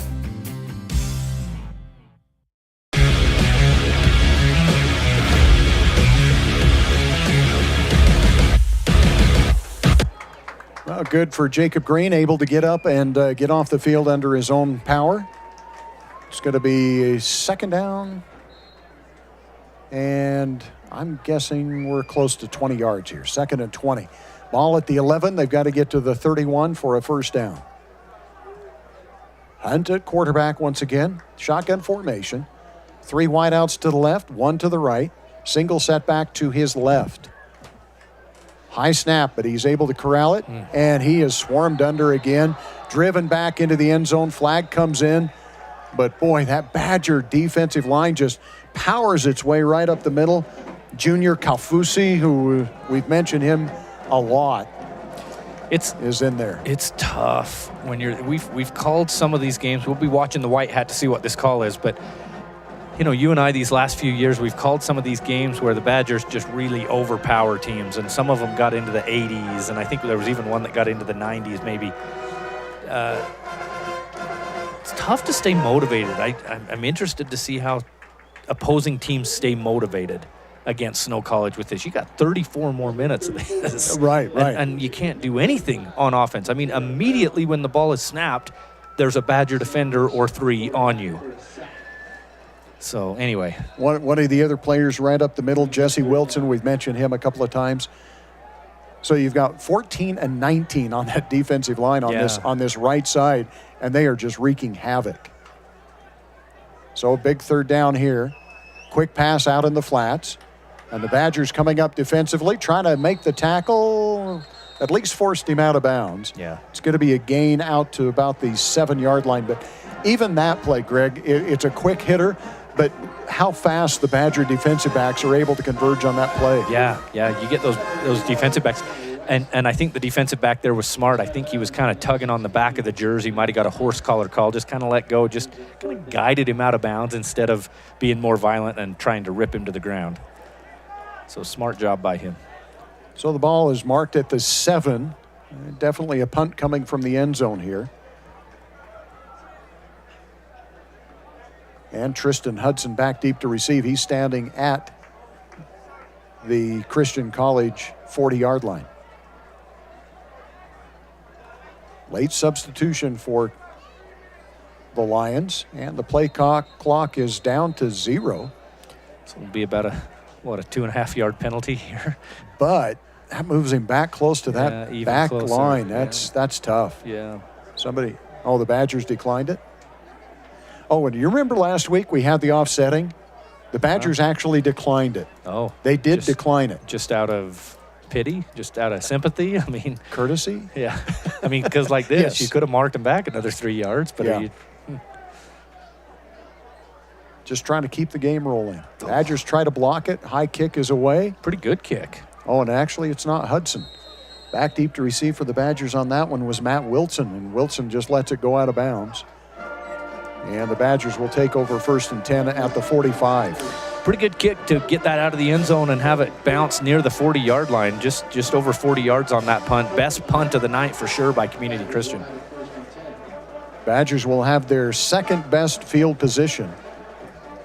And that's kind of amazing when you look at this. The Badgers have gone from their own 20, so an 80-yard touchdown drive, a 57-yard touchdown drive, a 78-yard touchdown drive, and a 72-yard touchdown. I was going to say it hasn't mattered. Hasn't really mattered where they set up. And Donnie Smith is out.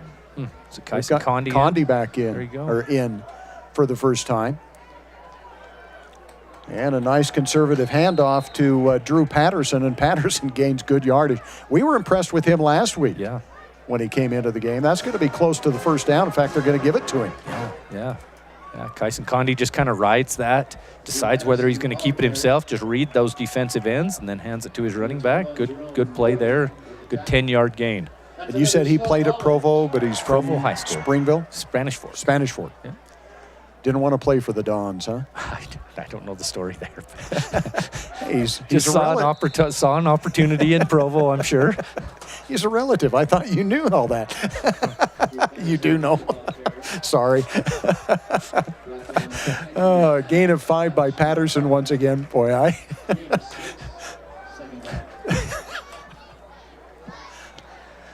I need another Mountain Dew.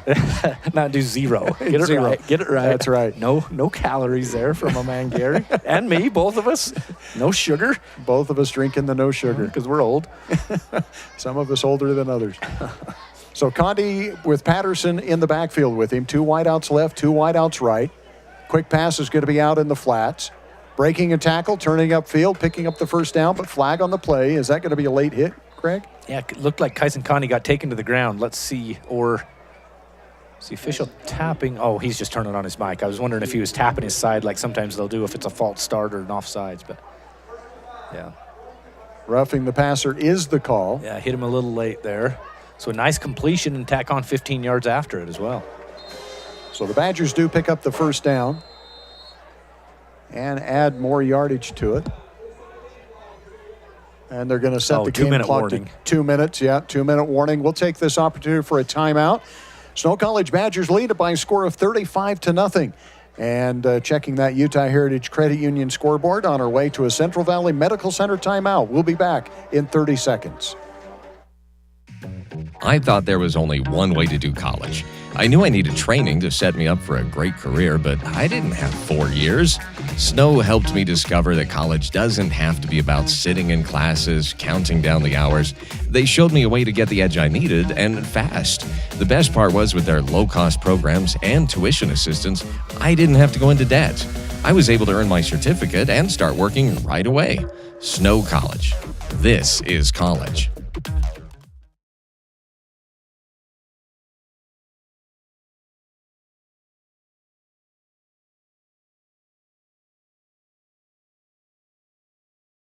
(1-13) BYU with a big lead here. 3:45 left in the third quarter. Palindrome. Yeah. You and Tanner Wilkinson love the palindromes. I never think about that. I got the palindrome theory from John Yardley down in Panguitch. Yeah, longtime broadcaster. And his palindrome theory is the team ahead in a palindrome never loses. And I think I've only seen the team ahead in a palindrome only lose once. Maybe 21-12. Yeah, but he mainly calls basketball. Oh, yeah. And that's actually easier, I think, to come back on the palindrome. Yeah. Handoff goes to Patterson. Patterson inside the 10.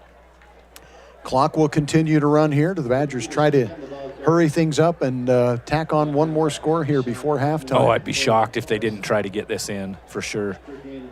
Condi with 2 wideouts to the right.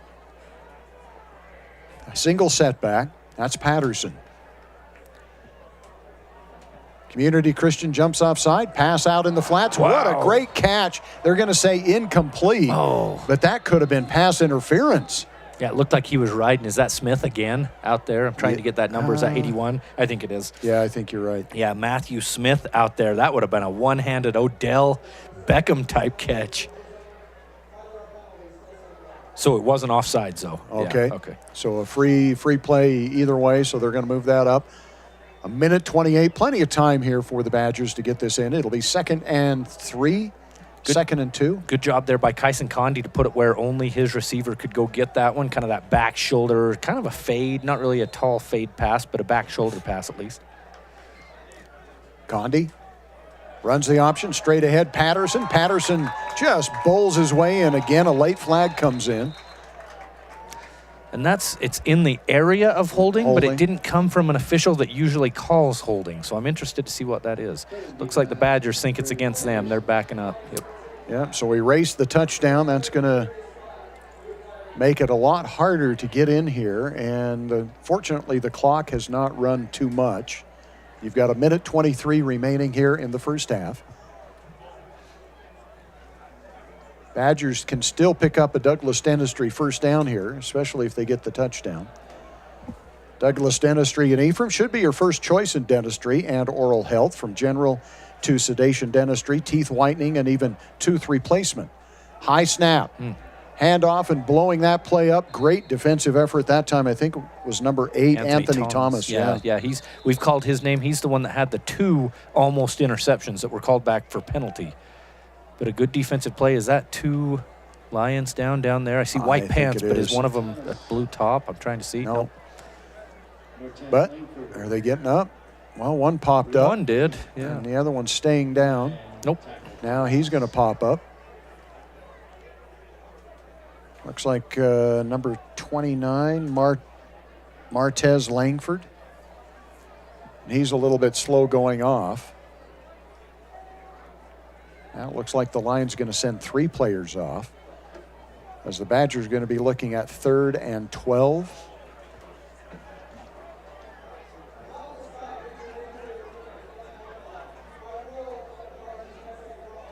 Ten-second runoff is what he said.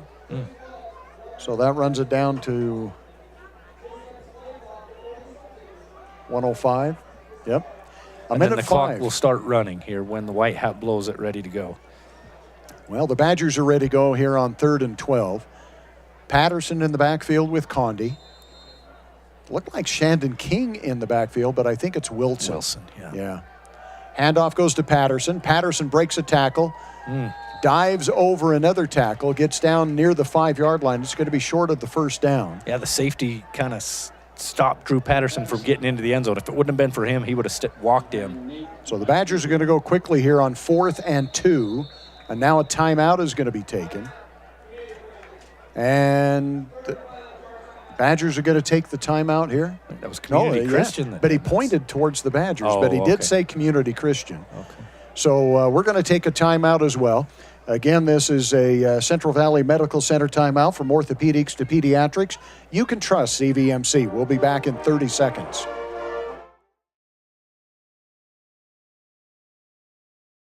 We are all part of a team. Whether you are the quiet hero or the newest recruit, the steady anchor or the moral support, your team needs you. At Intermountain Health, San Pete Valley Hospital, we want to be part of your team. Partner with us on your health and continue to be a game changer for your teammates.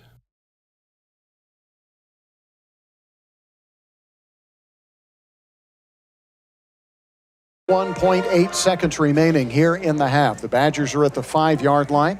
It's 4th and 2. I think the Badgers have got to get to the 3-yard line to pick up the first down. Obviously in the end zone for a touchdown. Might be harder to pick up the first down and not get the touchdown. Yeah. Full backfield with Wilson and Patterson on either side of Condi.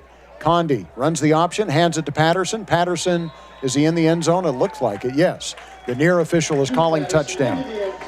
So Drew Patterson picks up the 5-yard touchdown run, and that's the second run for a touchdown. A.J. Tillman had the first one, a 13-yard touchdown. So the Badgers do pick up another Douglas Dentistry first down on the way to the touchdown. Yeah, good job by, you got your backup quarterback in there. Kyson Condi leads the team down for another touchdown. Is that a touchdown on every drive the Badgers have had? Am I right there? You are correct. Yeah. 6 possessions, 6 touchdowns. And the extra point is up, and the extra point is good. We'll be back with the kickoff right after this 30-second timeout. In the days of the mountain men, Cache Valley, Utah became a central gathering place for trappers and explorers. They named it Cache because it was there they would store their goods and come together to trade and connect. The spirit of community continues today at Cache Valley Bank with locations and services throughout Utah, including 3 branches right here in San Pete County. They're Central Utah's financial outfitter. No matter your mountain, they want to see you reach the top. Cache Valley and Central Utah are rooted in grand expeditions. Let's keep that heritage alive together. Discover Cache Valley Bank. Mountains await. Member FDIC, Equal Housing Lender.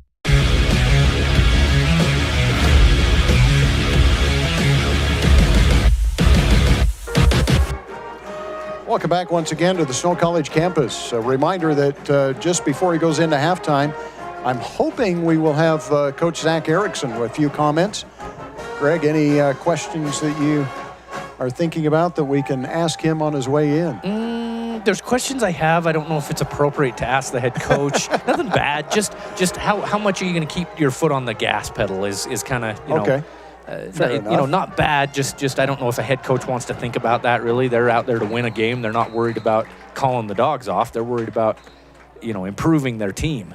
Well, but that's something that's interesting to me. Isn't it calling the dogs off if you've put your second string in? Yeah, I mean, you're not going to ask them to do anything different. Those guys are trying to earn a start. Sure. Yep. So they're going to play as hard as they possibly can. I think. Yeah. It's just. It's tough. Talon Sweat in on another kickoff tackle. The kid, man, he's just a motor. I love watching a kid like that play. Yeah. And I think the Badgers have a few of them. Mm-hmm. So it's going to be 31.2 seconds remaining here in the first half for the Lions. Do the Lions take a shot here? Badgers do have their safety deep, but not tremendously deep is Cam Mamalis. High snap, handoff on a little sweep to the right, jet sweep. Not much there. In fact, looks like it might have lost a yard or two. Yeah, run about 30 yards to gain or lose a yard or so. Just running across the field to not gain anything. Badgers did a good job to string that one out, just lead it out of bounds, and they're marking that about a 2-yard loss. Tristan Hudson's going to check in on defense now. And coming out is Ty Smith. Got a lot of Smiths on this team. Yeah, that's right. Reggie Smith and... Just kidding. You if you're just tuning in, folks, you think I'm the idiot. Well, you are. That's true. for teasing me so mercilessly. I had to. It's 42-0, Gare. We got to talk about something. 25.8 seconds remaining. Loss of 2. It'll be 2nd and 12 for Hunt. 2 wideouts left, 2 wideouts right. The Badgers show blitz. Now they back off.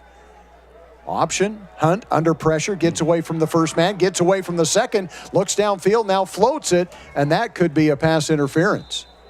But they do not throw the flag. Wow. That looked like it might be pass interference against the Badgers downfield. I thought so too. Mekhi Hunt, I get it. You're going to look at the stats, and he's not going to have a high completion percentage, and they're not going to run for a lot of yards. That kid does a lot of things behind the line of scrimmage with that athleticism.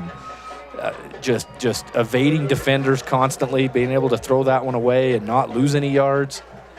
Yeah, that's impressive. That was. I mean, to get away from that pressure and still make a good throw. Yep. So it's going to bring up 3rd down and 12. Now you might want to think running the ball because you don't want to try to punt from deep in your own territory. You throw an incomplete pass here, you're looking at 4th down. Yeah, yeah. 3rd and 12. Maybe they don't care. Maybe you just take a shot. There it is, handoff. Yep. Not much there, but breaking a tackle. Now some room to run. Finally tracked down from behind. Ball loose, and the Badgers have come up with it. Are you kidding me? Junior Kafusi tracks down the running back from behind and strips the ball. And the Badgers have come up with it. And Caden Miller is the one who comes up with it. And if he doesn't get tripped up, that would have been 6 points. He had nobody in front of him except the one guy that tripped him up. 7.4 seconds. Boy, Kafusi comes from the middle of the field and tracks down the running back from behind to strip that ball away. So the Badgers have it at the 22-yard line.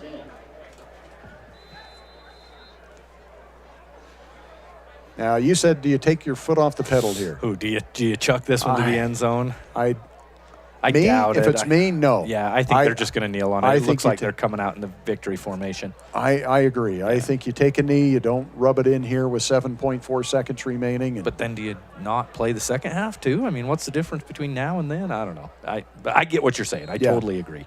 Yeah. So the Badgers will take a knee and end the half.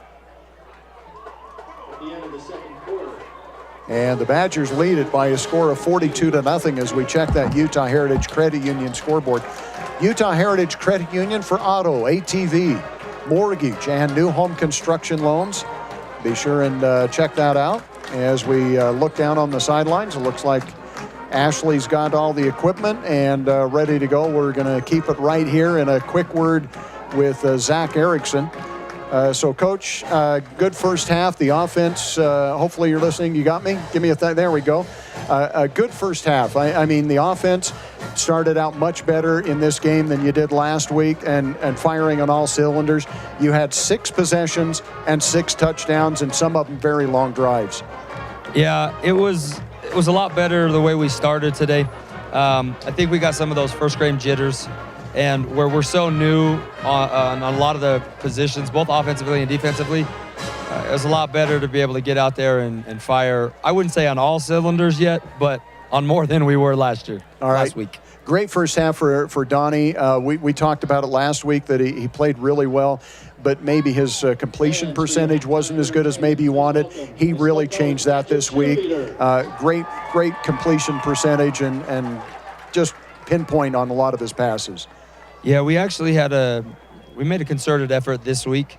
We did a lot more of our 7-on-7 stuff, one-on-ones, to be able to get those guys on the same page, because we definitely recognized last week that what we were lacking was that precision in the passing game. And so I was glad to see it cleaned up, and hopefully we can get a little better for next week. Okay, last question. I know you want to get in the locker room. Your starter's probably done for the night then? Yeah, we're going to get some of these other guys in and continue to build that depth, because at some point we're going to need them, and so we got to get them as many good live reps as we can. All right, Coach, thank you. On your way into the locker room, great first half. The Badgers lead it by a score of 42-0. We'll talk to you on the postgame after the Badger win. Thanks, Gary. All right, we'll be back with more on the halftime show, the Snow College halftime show, right after this 2-minute timeout. I'm J.L. Larson. And I'm Sarah Larson. And we're the owners and operators of Freedom Ford in Gunnison, Utah. We've been in business now for 38 years. Of those 38 years, we've done business with Utah Heritage Credit Union for over 20 of them.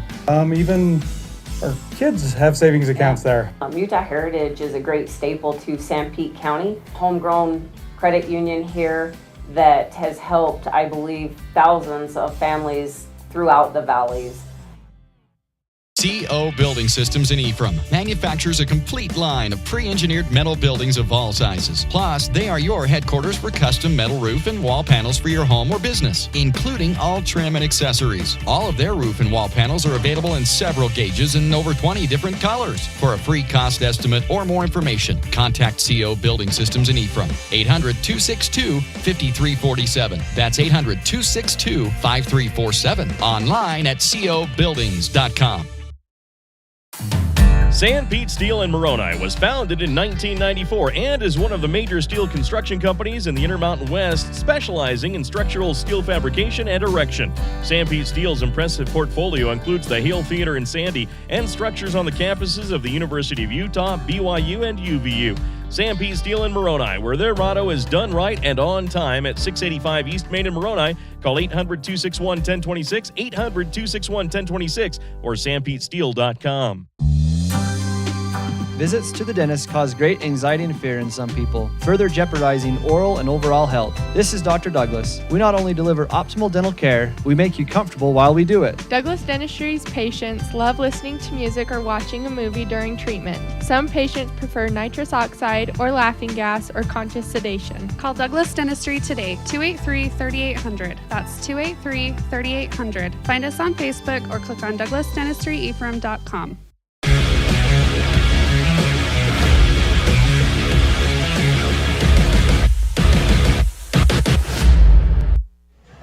And a good evening and welcome back to Badger Stadium. Gary Chedester and Greg Sterner with you here on the Snow College campus.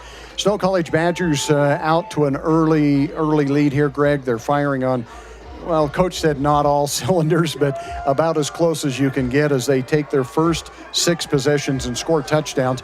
Some of them were long drives, some of them were short drives. They did get a benefit of some penalties on a few different plays, but they look a lot better this week than they did last week, at least in the first half. 14 points there in the first quarter, 28 in the second quarter. Just offensive juggernaut for the Badgers. Offensive, we're just talking offense right now, but right. Defense, I mean, we're going to run down these stats here later in the halftime show, but defense playing just as well as they did last week, and they played really well last week as well. So did he bring in the stats here for us? Yeah. Okay. So I was real curious to see what the total yards was for Community Christian College. Last week, the Badgers did such a good job. They held the Utah Islanders to 6 yards rushing for the game. And I don't know that it's been much better this week here for the opposition. Negative 28 rushing yards for Community Christian, 54 passing yards. So, yeah, so you're not 36 total yards in the first half. That's a defense. That's a top 5 in the NJCAA type of defense, as Snow College is. And it could have been a lot worse. If you don't have the athleticism in the backfield with Mekhi Hunt, I think those numbers are even worse, because he was able to avoid some sacks and get a play downfield that maybe a lesser athlete's not able to do. Yeah, I totally agree. We talked about that in the first half. Drayson Ball has him with 6 rushing attempts. I think those are sacks as well, for negative 19 yards, and it could have been negative 40 yards. Right. If he wasn't as athletic as he is. I mean, this is a compliment to that kid for doing everything he can against a defensive line for the Badgers that I really can't wait to see the Badgers here in these next few weeks when they play the Butlers, when they play guys like that, to see how this offensive and defensive line does against those teams. Because we've been so high on them. And depth-wise. Yeah. That defensive line, they've been subbing in and out, and it doesn't matter who's out there, they're able to get pressure. Yeah, Kafusi, Solomoni Longi, Jesse Wilson. I mean, I'm just spouting them off in my head. I can't even think of all the other guys that are out there. Yeah, amazing job by the defense. All right, let's take this opportunity for a timeout. We'll come back with some more halftime stats for you in just a moment.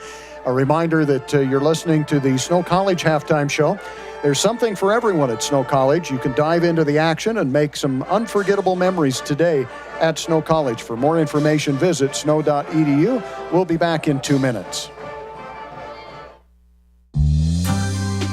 Visits to the dentist cause great anxiety and fear in some people, further jeopardizing oral and overall health. This is Dr. Douglas. We not only deliver optimal dental care, we make you comfortable while we do it. Douglas Dentistry's patients love listening to music or watching a movie during treatment. Some patients prefer nitrous oxide or laughing gas or conscious sedation. Call Douglas Dentistry today, 283-3800. That's 283-3800. Find us on Facebook or click on douglasdentistryephrem.com. Little Caesars of Ephraim and Nephi have expanded to a 3rd location in Gunnison, inside Gunnison Sinclair. Hours Monday to Saturday, 10:30 a.m. to 9 p.m. Come enjoy classics like crazy bread, cheese, pepperoni, and 3 meat treat pizzas. Little Caesars also offers wings, dip, soda, and an awesome family meal deal, including 2 liters of soda, pepperoni or cheese pizza, and a crazy combo for just $9.99. Come enjoy one of the best deals in America. Little Caesars, Ephraim, Nephi, and Gunnison. My parents know nothing about gaming. I told them we needed Centricom Fiber because it's by far the fastest and most reliable internet speeds. Hey bud, dinner's ready. Time to turn off the game box. All right, this round's almost over. These days, kids do a lot of their homework online. They talk to their teachers, they receive assignments, and they do research, all from our kitchen table. That's why I chose Centricom Fiber Internet. They have the fastest and most reliable connection, so my kids can stay on top of their schoolwork. Doesn't that sound relaxing? At Risk Managers, we want to help you always feel that relaxed. So when you hear this, or this,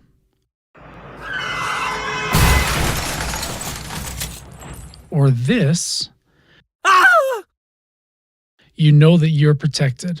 Peace of mind insurance solutions for individuals and businesses, so that you can always sit back and enjoy your drink.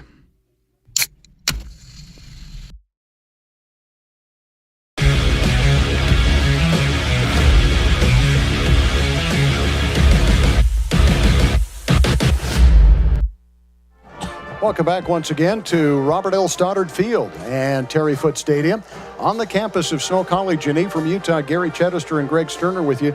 Greg, you've had a chance to look at some of those stats. Anything, I mean, we've kind of talked about almost everything, but anything that really stands out to you? Yeah, for sure.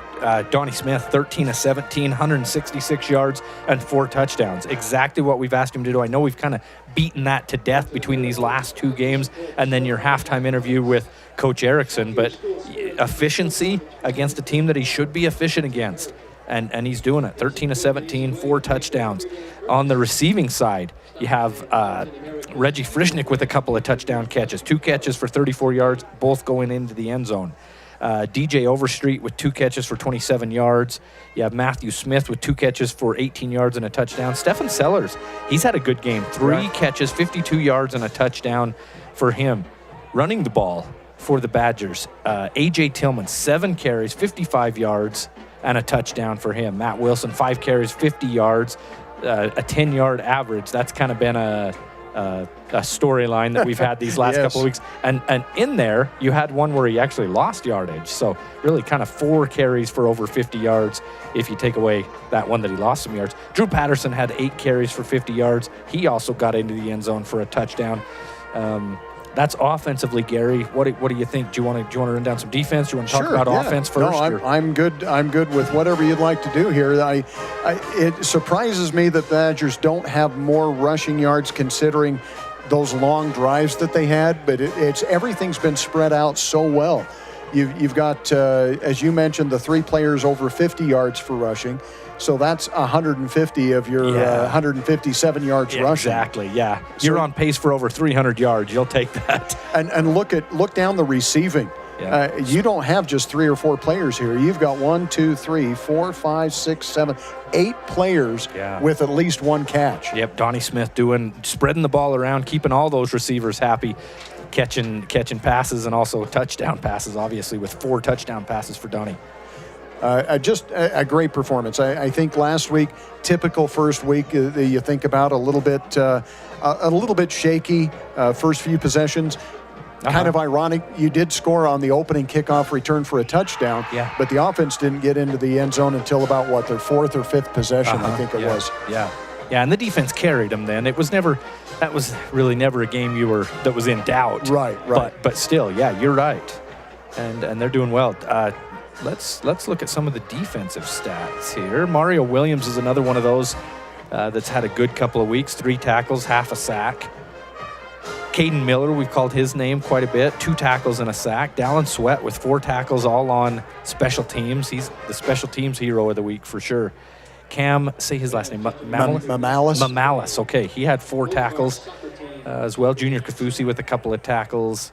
Let's see, Solomoni Longe, 2 tackles and a sack.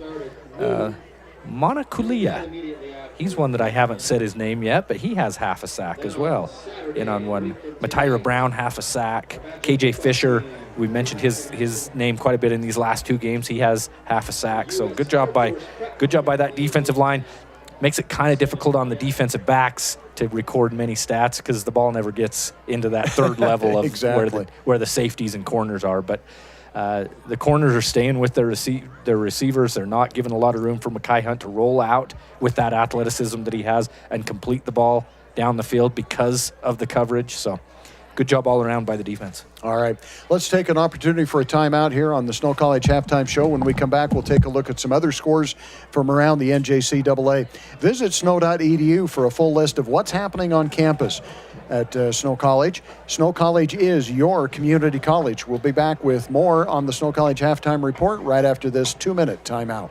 Want to save money on your internet bill? Who doesn't? You now can save big with a new referral program from MTCC. You can now get a $5 monthly credit for each of your friends who sign up for Fiber Fast Internet or MTCC TV for as long as they remain a customer. Get 10 friends and you get a $50 credit every month for as long as they remain a customer. Now that's savings. Visit manta.com/bringafriend or call or text 435-835-2929 for details. Some restrictions apply. MTCC, connecting your life since 1907.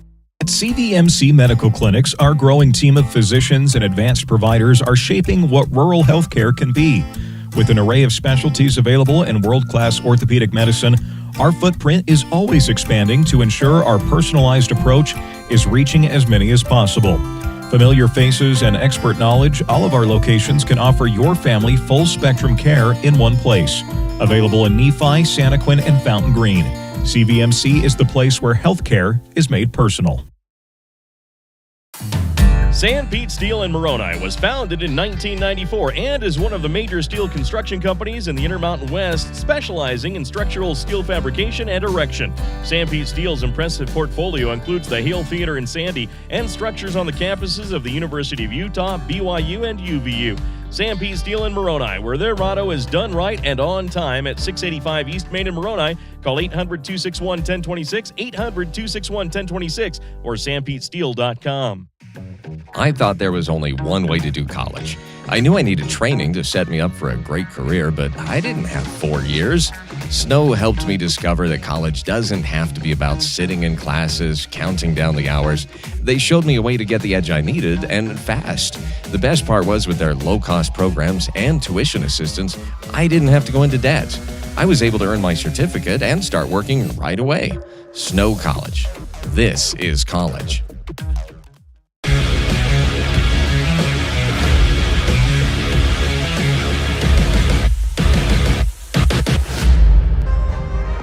Snow College is your community college. Join Snow College on campus to cheer on your favorite teams.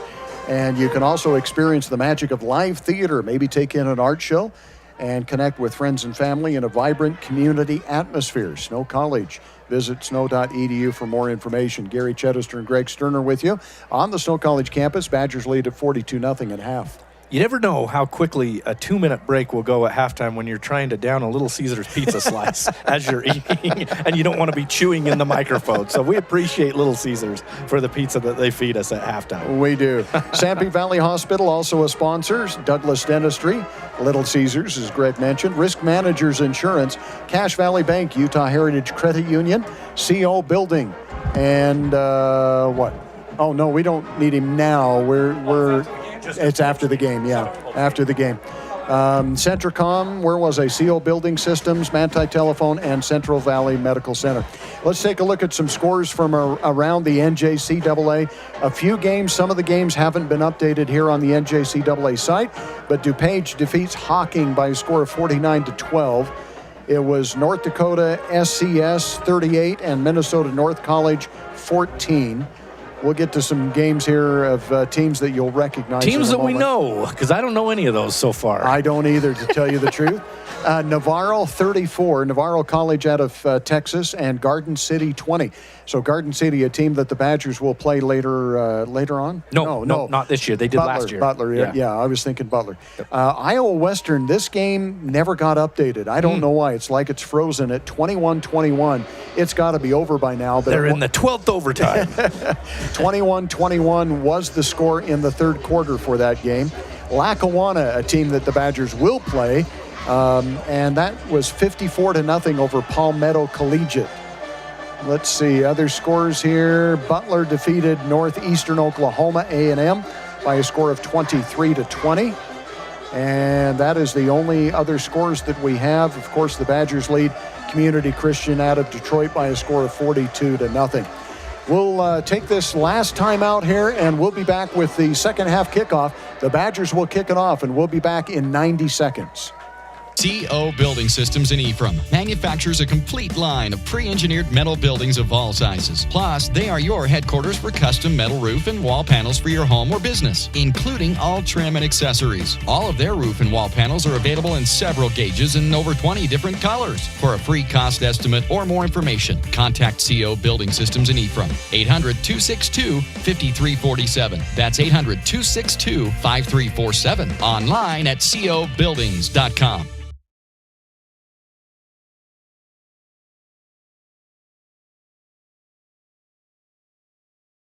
Hi, I'm Barrett Hilton with TeamHive.live, where we've created a locally run video streaming platform for Utah schools. On our website, you're not going to wade through a bunch of unrelated content. You bring up TeamHive.live and you're just going to find a lot of high school sports and events. We've created tools that make it super easy for you to create events and stream to our site. And if you ever need help with anything, you can give me a call. So I want to invite your school to join the team. If you're a Utah high school, you can stream live on TeamHive.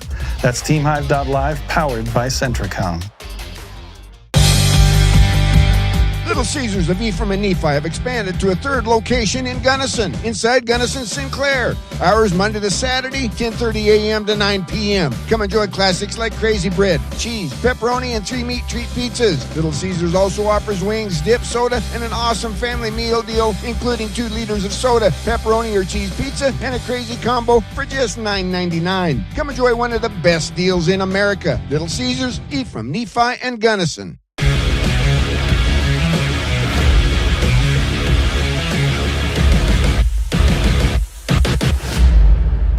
Well, Greg, I thought the Butler Northeast Oklahoma game was over. Apparently that's in the fourth quarter, and they still have 5:31 remaining, and it is now tied at 23. Wow.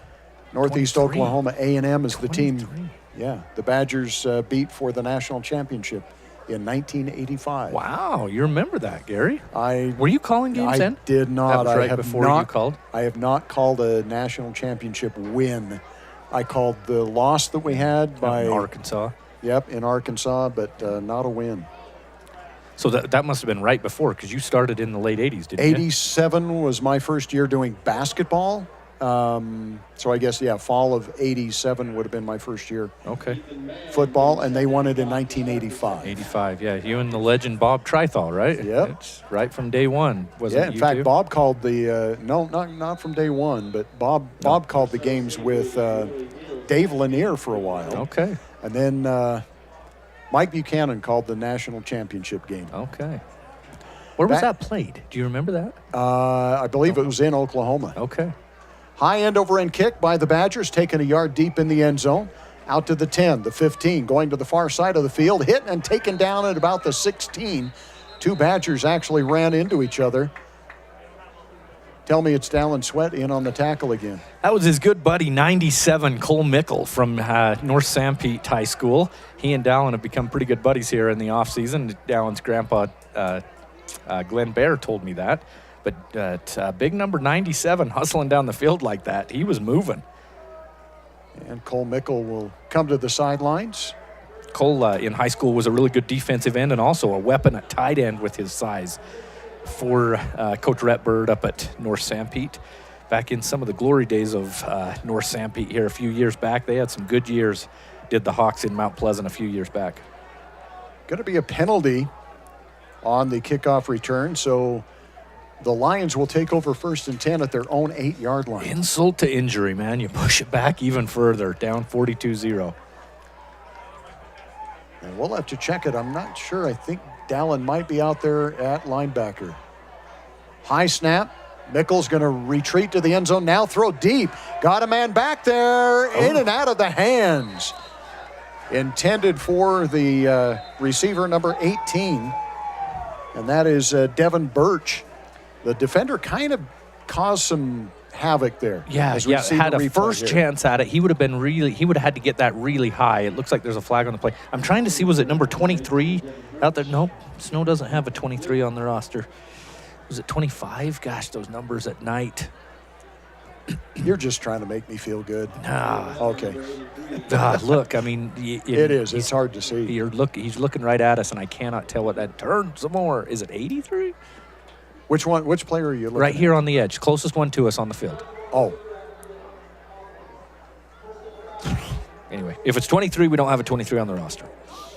33 would be Antonio Abram, listed as a linebacker, so that's not him.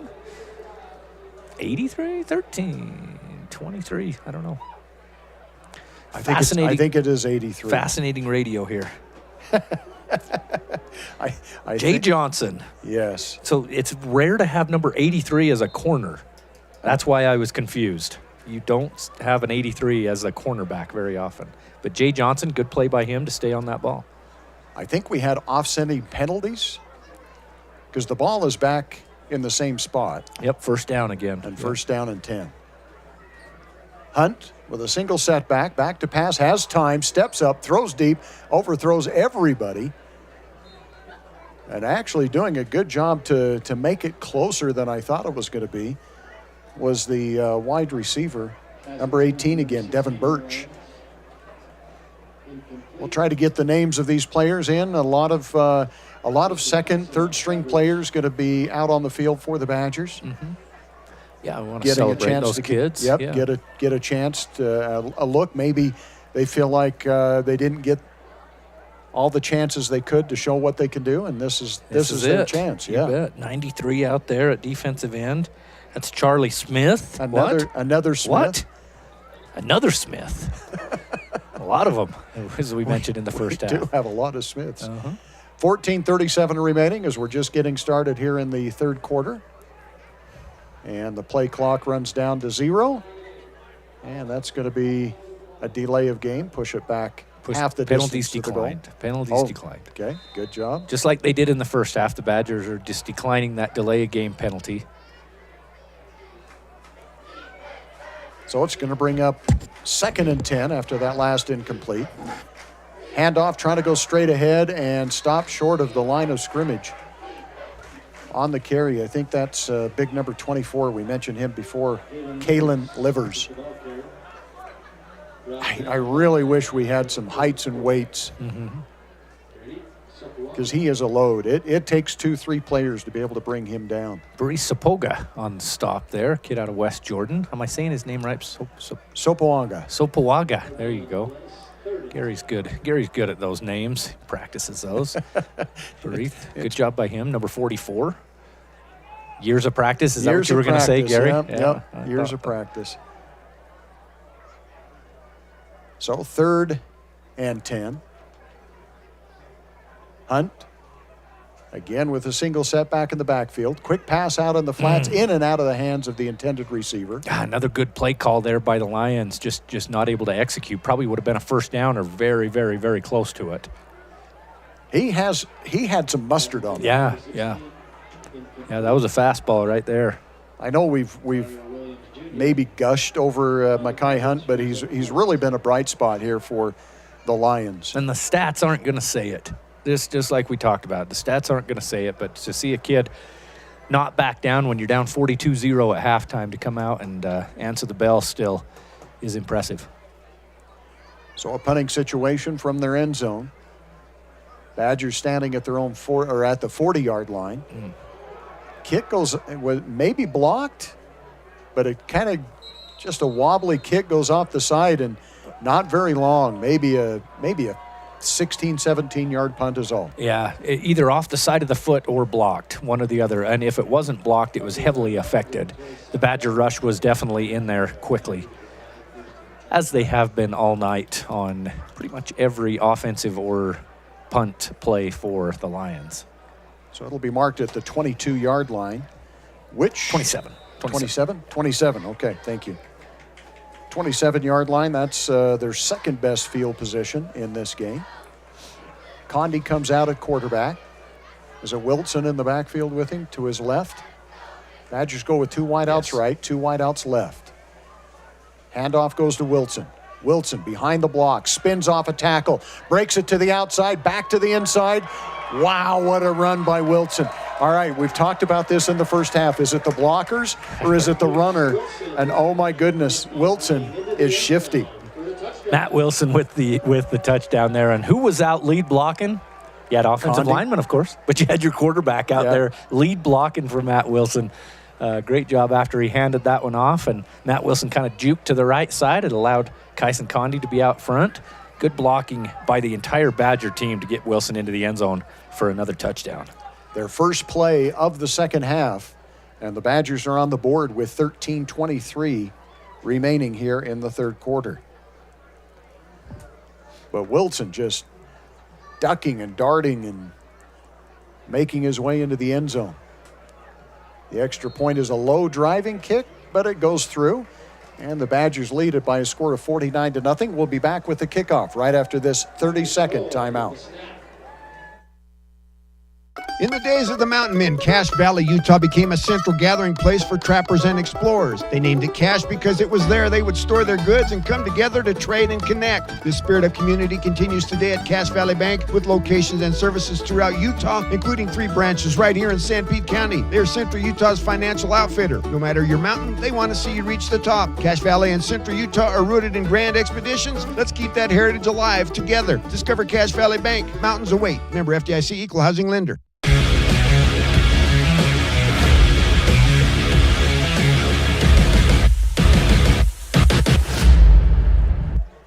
Checking that Utah Heritage Credit Union scoreboard after the Badgers get into the Mountain America Credit Union end zone once again.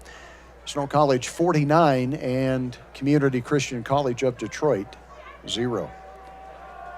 Badgers will have Air Force Prep next week here on this field. Game time 7 o'clock, pregame 6:30 on KMTI and on Snow Badger TV.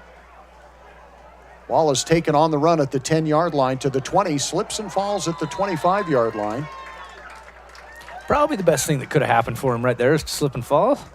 Brooks Esplin, I'm going to give him credit for the tackle. Starting safety still out there on special teams. Esplin. Well, you've got the second team guys that were on special teams now in playing defense, so you have to move your, I guess. Maybe, or do you just do you just have one kickoff team? Do you not work maybe with a second string kickoff team? I don't know. That's probably more likely. Yeah, but anyway. Yeah, 13-18 left in the third quarter here. A lot to a little for the Badgers.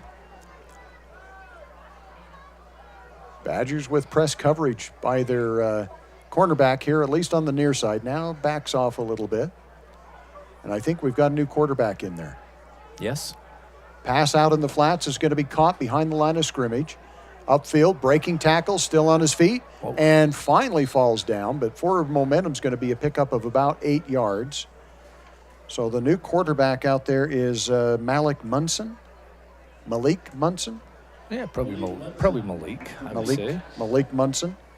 PA address announcer Nordfeldt is saying Malik, so we'll go with that. Brian, are they saying Brian Cuthbertson was in on that hit? I don't know that he's going to be. I think he is out there, 43 on that other side. Wow. Is he really? Wow. Starting linebacker, first team All-American last year, still in the game. That's surprising. Second down and short here for Munson.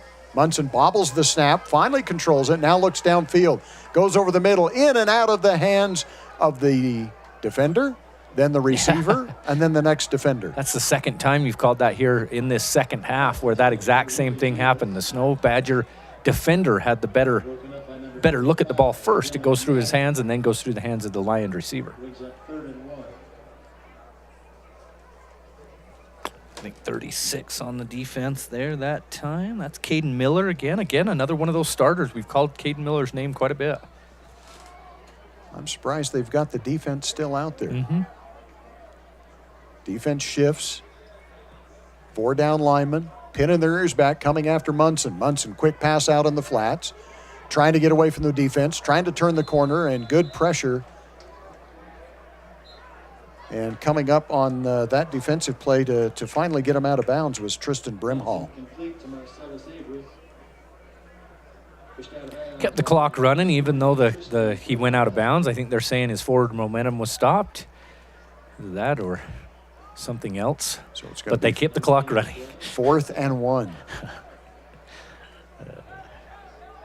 And it looks like punting situation here for the Lions.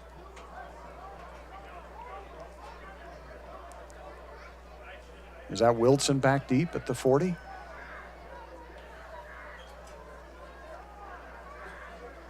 Play clock down to 9-8. And the Lions slow getting somebody out here. Now they reset the play clock. That's okay. Let's keep the clock running. Yeah, we don't want a delay penalty. Yeah. I think the officials know the Badgers would decline it anyway, so might as well just keep it rolling. Yeah. Long snap count. Badgers coming with some pressure. The kick is away. A very high, short kick. Does take a Lion bounce, and again they down it. I'm not sure of the strategy there. Yeah, that's been a couple of times this game where the ball might have rolled another 5 yards or so, but they stop it before. It was Matt Wilson back there, the running back, to receive the punt. Well, Tristan Hudson is the normal guy back there, but Matt Wilson has been back there for a few of them. So he had about a 21-yard punt is all. And the Badgers come out once again with Kyson Condi at quarterback. Be interesting to see how much they let Kyson throw the ball, or if they're just going to run, keep the clock moving. But, I think Coach Erickson wants to see what these backups can do, so I hope they run the normal offense. Laofo We saw him last week just really get some big holes and good runs. Flag on the play, probably going to be a holding, but Laofo again picks up 6 yards on the carry. So he'd be fourth string, I'm assuming.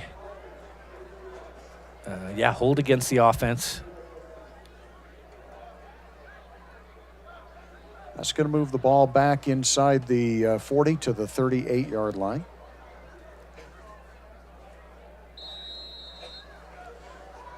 The Badgers have scored on all of their possessions with the exception of when they ended the half and took a knee. Yeah. So 7 possessions, 7 touchdowns. There's a quick pass out in the flats. Nice move, turning it upfield, breaking tackles, and getting back to the original line of scrimmage. So a gain of 10. Is that Smith on the... I could call Smith, and the chances of being right are pretty good. That's Cale McCoy, receiver out of Pleasant Grove. Okay. Pretty good pass out there by Kyson Connie to get it out quick on that little wide receiver screen. Handoff to Laofo, and he's going to be hit in the backfield and then taken down for no gain. Offensive lineman and defensive lineman not wanting to end and give in to the other, but no flags. And it's going to be 3rd and 10 for the Badgers here. Ball at the 48-yard line. Again, Laofo is in the backfield with Condi. 2 wideouts left, 2 wideouts right.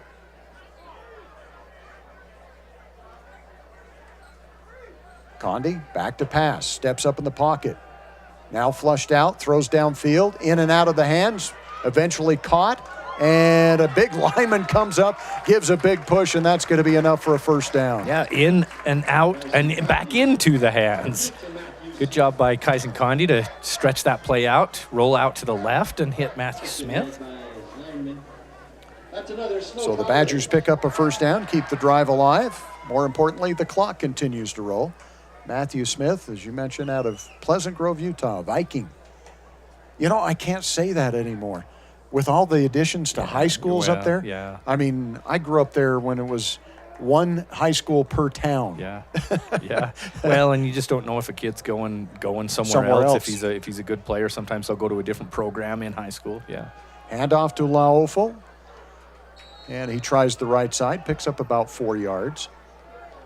But American Fork had American Fork, Pleasant Grove, et cetera, et cetera. Yeah, now, Provo, Orem, Springville, Spanish Fork. Yeah. And now you've got so many high schools up there. It's crazy to try to keep track of that. Yeah. In fact, when I was in school, again, old, but Lehigh was only a 2A school. Yeah, they played Manti in a basketball state championship in the 80s. Yeah. Second down, call it 6. Handoff again, Laofo, and just straight ahead. Look at that offensive line push. I'm going to call out a number here. Maile Fonua.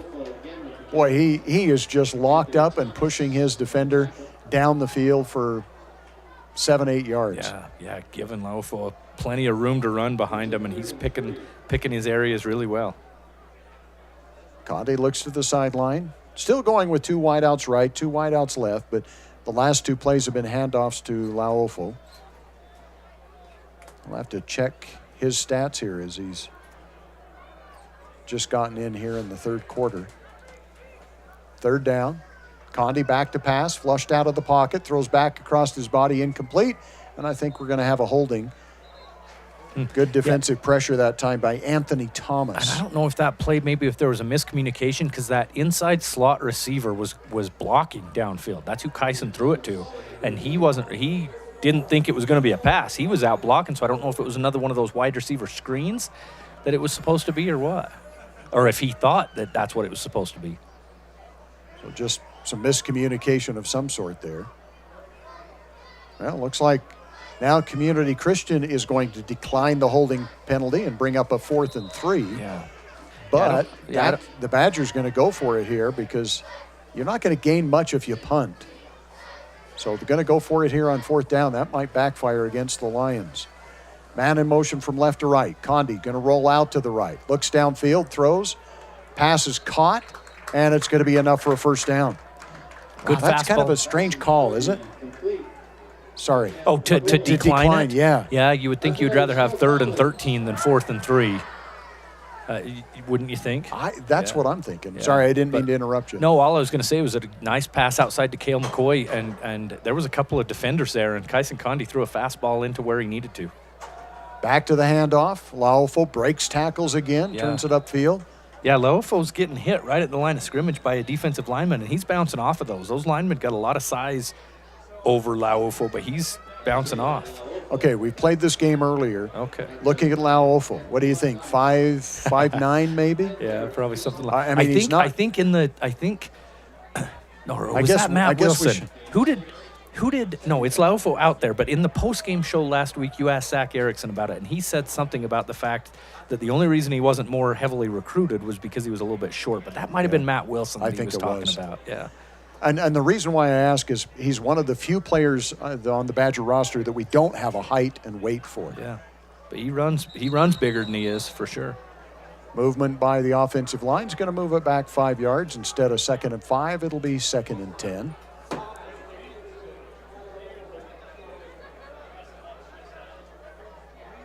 But again, depth at running back, depth on the offensive line, depth at the defensive line so far. Now, granted, we're not playing Iowa Western, we're not playing Lackawanna at this particular time, but those games are going to be coming up. So getting the second string, the third string minutes out here is really going to help the coaching staff to know what they can count on. Yeah, for sure. And they're getting them. They're going to have this whole second half to show the coaching staff.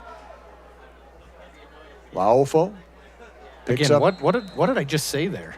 Last play, I talked about how he's getting hit by a defensive lineman that's bigger than him, and he's not going down. Look how far he drug one of the Lion defenders. And again, a helmet comes off. This is about the 5th time for Community Christian that a helmet has popped off. It's always been the big guys.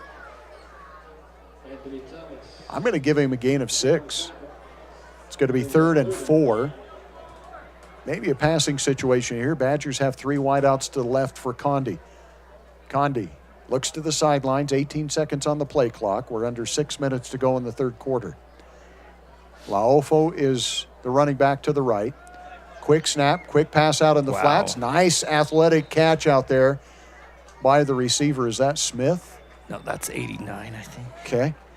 I'm just trying to see, is that Isaac Powell? He's a wide receiver. Isaac Powell, we called his name last year, didn't we, a little bit? Nope, it was 88, Brevin Balzer. Okay. I'm glad we have help over there in the PA booth. Yeah, it's hard. Well, yeah, it's hard to see the numbers. I know we talk about it all the time under the lights. Yeah. And we don't have binoculars. They do over there. Laufo gets the handoff. Again, the pile moves forward. A gain of 5 again. But Balzer had to dive for that last one. It was a beautiful catch to get another one of those Douglas Dentistry first downs and move the sticks. First down run now for the Badgers. Okay, unofficially, Laufo, 5 carries, 17 yards. I thought it'd be more than that. I did too. Probably at the end of the quarter, we'll see a little bit more official stats, I would assume. Low snap, Condi picks it up, hands it off, Laufo again. And Laufo just short of the first down. Now the pile moves forward, and it is the first down. Wow, that big offensive line just keeps pushing, and Laufo keeps the feet churning. And the clock ticking. So a first down, 1st and goal now as the Badgers are inside the 10-yard line. They started at their own 48-yard line. They've picked up 3 first downs here. Set to put some more points on the board. That's another Snow College. Handoff, straight ahead. This is going to be a touchdown. Nice run. Is that Laofo again? Yes. So Laofo with the, about a 7-yard touchdown run? Yeah, he did a good job all the way down the field. Kyson Condi mixing in a little bit of throwing, a little bit of the pass game, not a ton. You know, again, you're trying to see what this second string offensive line can do. And Laofo did a good job moving the ball down the field along with Kyson Condi and his completions. Rosequist to try the extra point. Extra point is up, and the extra point is good. And the Badgers have equaled their total from last week, 56-0 over the visiting Community Christian College out of Detroit. With 3:48 remaining, Laofo into the end zone, the Mountain America Credit Union end zone. And we just checked that Utah Heritage Credit Union scoreboard. We'll be back with the kickoff in 30 seconds. I'm Dr. Brandon Beck, and I'm one of the general surgeons at Central Valley Medical Center. One of the best parts of my job as a general surgeon is to interact with a wide variety of people. And many of those people have experienced chronic conditions or painful things for many years. And there is nothing better than helping them to work through those conditions and to have an improved quality of life. I'm happy to be back in Utah at Central Valley Medical Center serving the people in our community.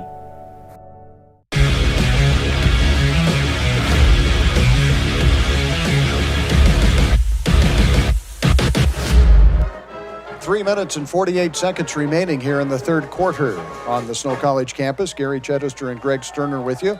Snow College Badgers in control of this one as the offense has scored on all but one of their possessions. And that possession that they didn't score on, they just took a knee and ended the first half of play. Yeah. So 9 possessions, 8 touchdowns, and a 56-0 lead. About as dominant as you can get, Gary. Kickoff is going to be taken at the 5 to the 10, the 15. Runs into his own player short of the 20. So good special teams effort out there for the Badgers to stop it short. In on the tackle, Dallin Sweat. That would be 5 now, special teams tackles. Yeah, we got his whole contingency sitting right down here below us. You'll hear the cheers from the fans. He's got a lot of family members that like watching him play football. And a pretty short drive for most of them. Don't have to go out of the county. So it'll be 1st and 10 at the, where'd they mark it, the 18? Yeah, 19. Yeah. 19-yard line. And Malik Munson back at quarterback again under some pressure, steps up, gets away from the pressure, now turns it upfield. He's going to have a first down out to the 30-yard line. Nice run by Munson. Yeah, that'll improve his stats right there. Good little run there. Good blocking on the left side. Be able to get him some yards. That's going to increase the rushing total also for the Lions. The Lions had minus 25, give them 10 on that, so that's going to move them up to just minus 15. Mario Williams in on that tackle, another one of those Badgers that we've called his name a lot out of Reno, Nevada. Got some Vegas kids. He's from Reno. Zach Erickson talked in the postgame last week about how they really tried to leave no stone unturned in recruiting. They scoured the country, especially in the Vegas area. Got some guys from Florida on the roster. Munson did a play action, now passes out on the left flat, and that's going to be generous to give him no gain. It looked like it might have been a loss of 1 or 2. Yeah, you had some offensive linemen down the field blocking, but maybe the officials just don't really care at this point. or maybe the pass was completed right at the line, or was it incomplete? No, it was completed right at the line of scrimmage. Right at the line of scrimmage. Okay, so if the receiver's behind the line of scrimmage, then you can have blockers down the field, so there's no problem. And I thought he was behind the line. That's why I said a generous spot to give him no gain. I see, yeah. Tristan Hudson, another one of those Vegas kids with the stop there. Clock stops at 2:46. Munson's going to roll out to the right, buy some time, looks downfield, got a man open, and the pass is going to be knocked away at the last second. Good defensive effort out there. Who was that? Was that Dylan May? Yeah. That's what I thought. Dylan May, kid out of Logan at Ridgeline High School. Kind of behind the play a little bit, but a good job to lay the hit and knock the ball away. Might have blocked that with his back. Yeah. A little bit behind the play, but he got there when he needed to. 3rd and 10. Clock stopped at 2:39. I don't know if any fans, if any of our fans listening or watching today are used to high school football where you get up by X amount of points. Usually I think it's about 35, and there'll be what's called a running clock. Not a thing in college. Not a thing. So you're going to play the full 60 minutes, and the clock is going to run just like it does, whether it's a tie game or a blowout. Flag on the play, and they stopped it, so that's going to go against the offense. Illegal procedure. instead of 3rd and 10. It'll be 3rd and 15. Guess the Badgers could decline that, but they don't. Be interesting to see the strategy there. They've declined some of those delay of game penalties a couple of times. Has Snow College, but they take that one there. I don't know that they even gave him much of an option. Did they even look over? Oh, I guess it's a pre-snap penalty. You really couldn't decline it, I guess, right? On a pre-snap. I don't know. Yeah. I wondered that, but I'm not 100% sure. Yeah. Munson hit as he throws, makes the completion, but boy, he paid the price. The pass is actually caught out here to the near side of the field by Marcellus Avery, but it's well short of the first down. Mario Williams with the big hit for the Badgers. Mario Williams Jr., that linebacker, we've called his name a lot. Another kid. Oh, I was going to say another kid out of Nevada, but he was the same one we talked about earlier out of Reno. So it's going to bring up a 4th and 13 here in a punting situation. Wilson's going to stand at his own 43-yard line. Badgers have put a lot of pressure on the punt, but have not, well, we're not 100% sure. They might have got a hand on the one that came to the near side. This kick goes away cleanly. Very high kick above the lights. Fair catch signaled for. And it looked like Hunt wanted to run with it, but wisely stops. Williams. Yeah. Matt Wilson. Matt Wilson. Wilson. Let's throw out a few names and we'll get it right. Getting a little bit punchy, aren't I? Guessing. Well, you're out of Mountain Dew, so you already I know. You already polished that off, so it can't be that. Or maybe you drank it too fast there, Gary. Maybe. It's probably going to hit me about the time I actually want to go to sleep. Yeah. Badgers taking over at the Lion 47-yard line. Do you get to the 3rd string quarterback in the 4th right quarter? now. No, right now. Right now? They had him warming up. That's coming out Cooper Thompson, redshirt freshman, 6'3", 190 out of Cedar Valley High School up near Lehigh in the northern part of Utah County. So we'll see how the 3rd string quarterback looks. Single setback to his right. Handoff.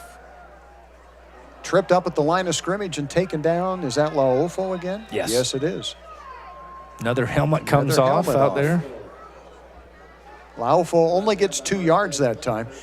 Interesting, he tries to break it to the outside, stop for 2. When he goes straight ahead and makes contact right at the line of scrimmage, he moves the pile 4 yards. Yeah, he has been doing that, hasn't he?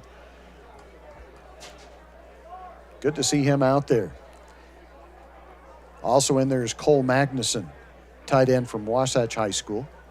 Handoff Laofo again. Nobody touches him as Laofo goes right through the line, gets to the 2nd level, and maybe to the 3rd level there before he's taken down, a gain of 10 yards. And another Douglas Dentistry first down. Douglas Dentistry has in-house financing. You can show off that smile. Call 435-283-3800. That's another Snow College. Badgers taking their time, looked at the sidelines here. We're under a minute to go. 15 on the play clock. Badgers now at the 33-yard line, 1st and 10. Handoff Laofo again. Again, breaks a tackle. Had a hole, but breaks a tackle. And gets inside the 30. Yeah, go ahead. I was just going to say not real tricky. Nothing tricky. They're just running that kind of an option play, a run option play with the quarterback. The quarterback can keep it. I say it like that because I don't know that it's really much of an option. The quarterback's been handing it every time. Right.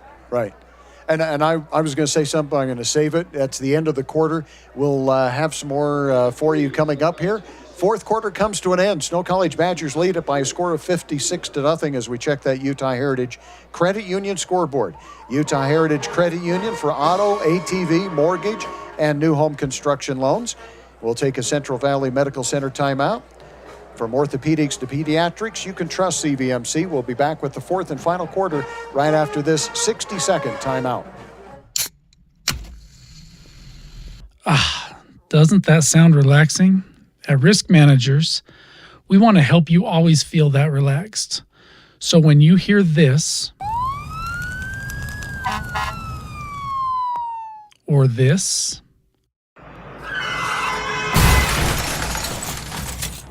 Or this. You know that you're protected. Peace of mind insurance solutions for individuals and businesses so that you can always sit back and enjoy your drink.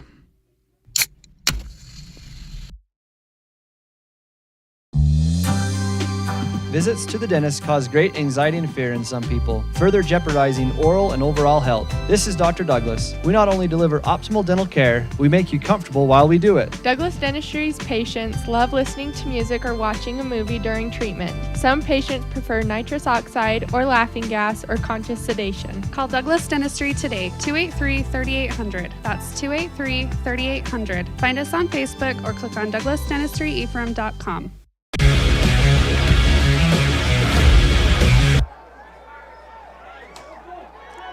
Little rollout on the option this time. They do not hand it off to Laofo. And rolling out to the left and finding a man downfield is Cooper Thompson, the quarterback, a lefty, going to that left side and able to pick up the first down. Cole Magnuson on the reception, number 49. He's a tight end, as Gary mentioned earlier, out of Heber City. I was going to mention, you know, A.J. Tillman is your starting running back. Powerful. He's got some speed, but good size.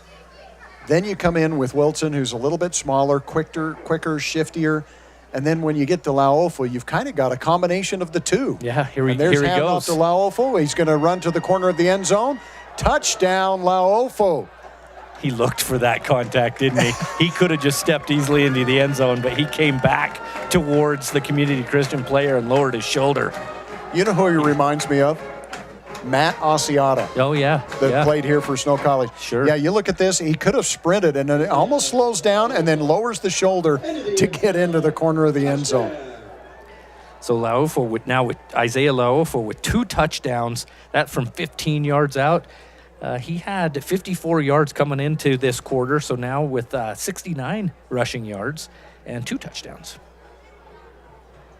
Rosequist set for the extra point. As the Badgers make it 62-0, trying to make it 63 here. The snap, the kick is up. A line drive kick, flag on the play is good. We'll keep it right here till we sort it out here. And looks like it's going to go against the Lions, so we will send it to timeout. Badgers lead it by a score of 63-0 as Laofo gets into the Mountain America Credit Union end zone. In doing so, he also picks up a Douglas Dentistry first down. Douglas Dentistry is got in-house financing for you. Show off that smile. Call 435-283-3800. We'll be back with the kickoff in 30 seconds. At MTCC, we're more than just internet people. We're the connecting your life people. For the past 115 years and counting, MTCC has been the local industry leader in connecting people and businesses by providing professional service with the best options in technology. If you need phone, TV, or internet service for your home or business, come see the experts at MTCC. Call or text us today at 435-835-2929. MTCC, connecting your life since 1907.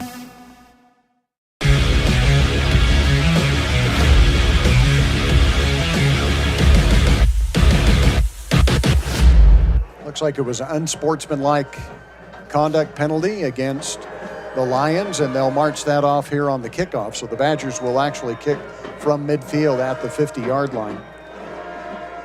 Yeah, I really like watching Laofo run. He's powerful. He's got power, but he's also got quickness. He's got a really good combination out there. I'm not saying he should start ahead of A.J. Tillman or Matt Wilson by any stretch of the imagination. Nope, but great to have all the depth that they have at running back. And, you know, when you were just talking about it before we went to break, you had mentioned Tillman and Wilson, but didn't even mention Drew Patterson. Right, Another kid. I mean, tonight, Drew's got 8 carries for 50 yards, over 6-yard average, and a touchdown. Well, all of the Badgers now averaging over 5 yards a carry. Mm-hmm. Except DJ Overstreet, who's not the running back. Yeah, he just had the one little carry, got 3 yards on that little sweep. Badgers going to have a safety very deep now for the Badgers. 14:08 remaining here in the fourth quarter. I think Cole Mickle's in on that left defensive end. I know the Badgers are very high on him, and we've called his name on some special teams already. Handoff by Munson, going to go at Mickle, and Mickle makes the tackle. Yeah, good job scraping off. He had the outside contain, turned it back in, scraped off his block, and then made a tackle. Good job by Cole, representing the Hawks. And some claps from him as well. His family actually sitting right in the same neighborhood as the Bears/Sweats. Yeah. Munson looks to the sidelines here for the play, letting the play clock run a bit. That's okay. That is okay. That's Keep the clock running. So the Badgers still pitching a shutout here, two games into the season. Yeah. Munson brings a man in motion, then sends him back. Going to run the option again and hold on to it this time, and he is drilled. Those slow developing plays like that where the quarterback has an option to keep it or hand it off, they work when you've got similar or higher level offensive linemen. When a defensive line can overpower your offensive lineman, man, they're not the plays to call. And I get it, you've just got what you've got in your arsenal, but boy, those are going to get blown up every time by the Badgers. Max Johnson gets credit for it. I thought also Joshua Papu was in there on the tackle. 3rd and 9 for the Lions. Pass out to the right, almost intercepted. That was in and out of the hands of the defender. Who was in Caden Miller. Is he still out there? Yeah, he's still out there. Yeah, Caden Miller, we've called his name a lot these first 2 weeks. Obviously, the defensive coaches still want to see something out of him, and he showed him right there. Good play. Break up the pass. Give the ball back to your offense. You know, and in all fairness, we called his name last year a bit, but he didn't get a lot of playing time. I can see where they want to develop him a little bit more, give him a little more time out there. So a punting situation here for the Lions on 4th and 9. Low snap, but the kick is away. Kicks away from the receiver, and it's going to come up short of midfield. We'll see where they mark it. Right at midfield. See how long the Badgers can run some time off of this clock here, huh? 12 and a half left in this game, 63-0 lead for Snow College. Air Force Prep, do we know a lot about them? Do we know records or anything? I don't know that they've even played a game yet. Yeah, they don't play a regular schedule like an NJCAA. Are they considered NJCAA or is it? They are not. Yeah, I didn't think so. Canceled on the Badgers last year. Had some issues with, I think, offensive linemen, if I remember right. Yeah, they just did not have enough offensive linemen. Yeah. And so that's why the Badgers scheduled them earlier in the season this year, was to make sure. Before they get hurt. Yeah, before they get hurt. They usually play New Mexico Military. They'll play another school maybe out of that Texas conference. Oh, yeah. Yeah, Kilgore, Trinity. Yep. Well, new quarterback in there. I don't think that's, Let's see here. Is that 18? Micah Madry? That's what I was going to say. Yeah. Micah Madry. Micah Madry is how they pronounced it. Out of Sandy. Kid, number 18. Runs the option, keeps it himself, turns it upfield, and picks up a good gain of about 7. List him at 6'5", 220, but you could tell just on that one right there, he might have some wheels too, because he picked up speed pretty quick. And he's got some height. Yeah, 6'5", 220. 2nd down. In Lion territory, handoff goes to Laofo. Laofo just lowers the shoulder and runs over the tackler and picks up the 1st down. Now we have late flags all over. Yeah, we see this a lot in some of these games when it gets a little bit out of hand, Gary, don't we? Yep. The tempers get going a little bit. The block gets sustained a little bit longer than the defensive lineman thinks it should be sustained, and then go after each other a little bit. What you hope in a game like this, you just hope it's offsetting. Just call it on both the kids. Tell them don't be dumb. Move to the next play. Agreed. Yeah. 11:38 remaining. Unless it's egregious on one side, Right, obviously. right. If somebody throws a punch, yeah, throw them out of the game. There was nothing like that here. It was just a little bit of hand fighting, if you will, holding on to each other after the whistle. And in all fairness, again, and I've mentioned this a little bit, but it's a tough situation because you've got second or third string players out there for Snow that want to go prove hard. Yeah, they want to prove that they need to move up in the depth chart. Okay, good. It is offsetting penalties. They're talking to head coach Zach Erickson. But I was saying you've got offensive linemen out there that want to show, hey, I need to move up the depth chart here, and I'm going to prove myself. And you've got a defense that's thinking, you're up 63-0, but you don't take a knee on every play and then just give the ball back. You still play out the clock. Mm-hmm. But again, kind of a tough situation. And Coach Erickson's not happy about something. He's pretty fired up out there. I think he's defending one of his players out there. I think he maybe thinks it should have just been on Detroit, but well, and that's his job. Yeah. So the Lions are going to take a timeout. We'll take a timeout as well. This will be another Central Valley Medical Center timeout. From orthopedics to pediatrics, you can trust CVMC. We'll be back in 60 seconds.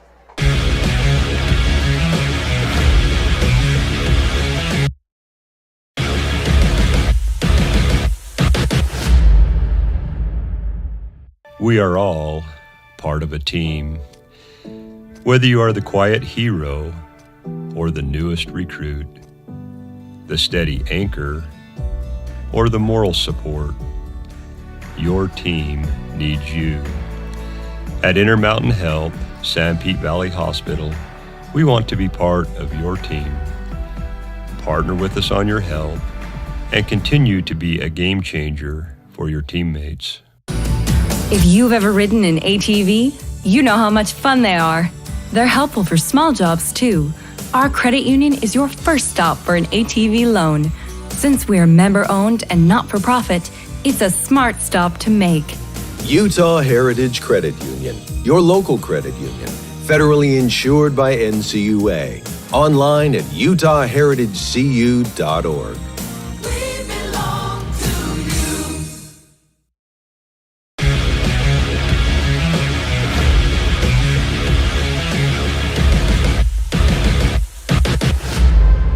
Badgers have the ball 1st and 10 from the 36-yard line. They've already picked up one first down here on this drive. We had offsetting penalties and then a timeout taken. Ball is going to be kept by the quarterback, and he is going to take it into the end zone. Touchdown. Then he gets a little bit of a shove right after he gets into the end zone. No flags will fly on that one. It was maybe borderline dirty there, but a nice run there by Micah Madry. Micah Madry, I think is how you pronounce it. Madry? Micah Madry. 36. Micah Madre is the way PA announcer Nordfeldt is saying. Micah Madre. 36-yard touchdown run from his quarterback position. Had to break a tackle right there at the line of scrimmage as well. Well, nice run, and the Badgers continue. They have not punted in this game. Wow. Not too often, no matter who the competition is, Yeah. we go a whole game without punting. Yep. That kick is way low line drive, but it does get through. Was it still Rosequist on the kick? I believe it was. I'm looking here. Yep, still was Rosequist. So the Badgers make it 70-0. We'll take this opportunity for another timeout. A word from one of our fine sponsors. We'll be back with the kickoff in 30.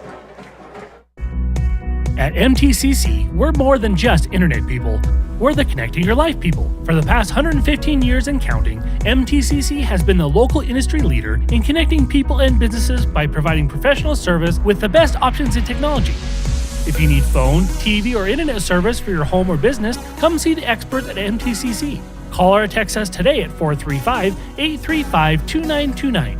MTCC, connecting your life since 1907.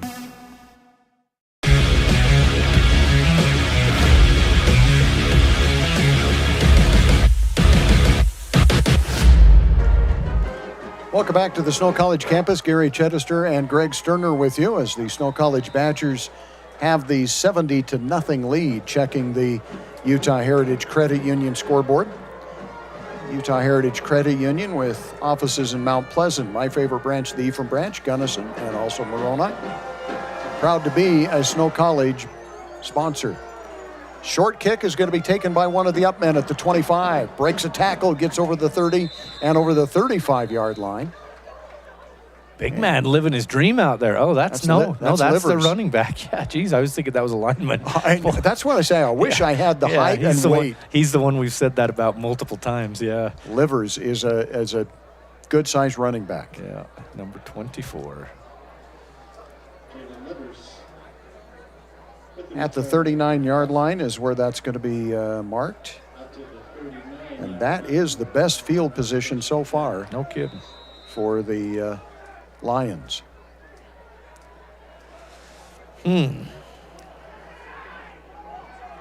Keegan Hall from Juab High School out there at defensive end, closest to us here on your camera.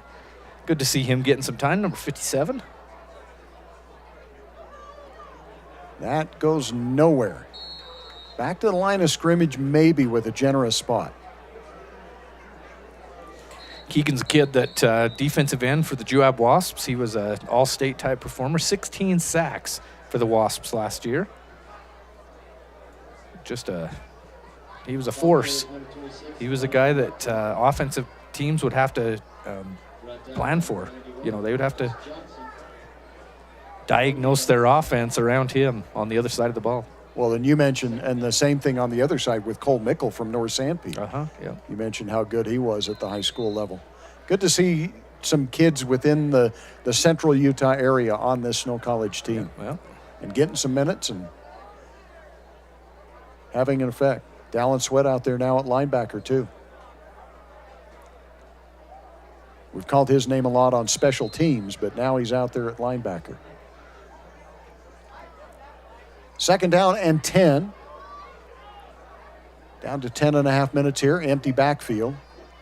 Back to pass. Looks to the right.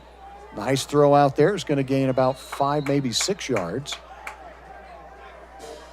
You know what? I'm going to give him 7. Out to the 46-yard line. Generous. I'm feeling generous. You're a generous man, Gary. I'm feeling generous, Greg. 70-0, so Gary starts feeling generous. Put 10 touchdowns on the board, and it's amazing Gary how my will give you attitude. anything. Anything you ask for, as long as that clock keeps running. 3 wide out, split wide to the left. I mentioned it early. Well, I'll say it after this play. Talking about going out of bounds and the clock stopping. Munson at quarterback. Quick pass out to the right. That was way off the mark. Yeah. And even if he throws that to his receiver, that is not going anywhere. There was a host of Badgers out there. Let me quickly give that, and then you can have your thoughts here. Antonio Abram, Tuck Davis were out there defensively for the Badgers. Clock doesn't stop when you go out of bounds in college anymore when there's more than 2 minutes left in a half.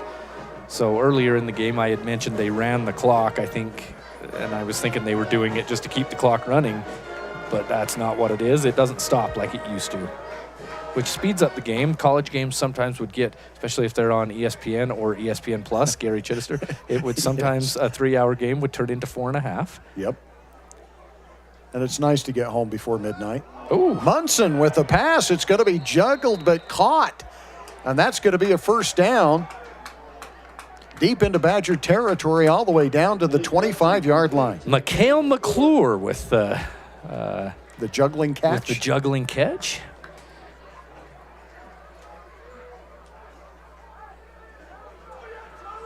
So Mikhail McClure. Nice play by Munson. That's one of the best passes we've seen thrown. Yeah. By Munson.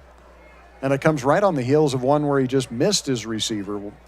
But that is pinpoint down the sidelines for a big gain.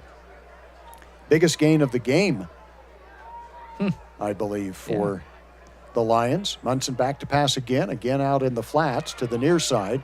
Turning upfield, breaking a tackle, still on his feet, dances along the sidelines and fights his way inside the 10-yard line. A nice play by Trey West. Signs of life from the Lions here. Pretty good play to break out of a few tackles there. Putting some things on tape that Trey West wants to show anybody else that wants to take him maybe at the next level. Picking up a Douglas Dentistry first down. Douglas Dentistry, where you can show off that smile. Call 435-283-3800. Munson. Good-looking quarterback. Stands what? Would you guess maybe 6'3", 6'4"? Yeah, it looks a little bit taller, yeah. Still has the athletic ability. Pass out in the flats, bobbled and dropped. Had a little something going here, did the Lions, but that one... Well, they came right back to Trey West, but this time West can't hold on to it. That will stop the clock with 7:30 remaining. Now they fire it up again. They running it, huh? They did. So maybe they are doing a running clock here, which is it's not in the rules, because that was incomplete. He dropped it, didn't he? Yes. Yeah. And that's the second time that they've run the clock. That's after interesting. An incomplete. Yeah, they must just be deciding to do that. That's interesting.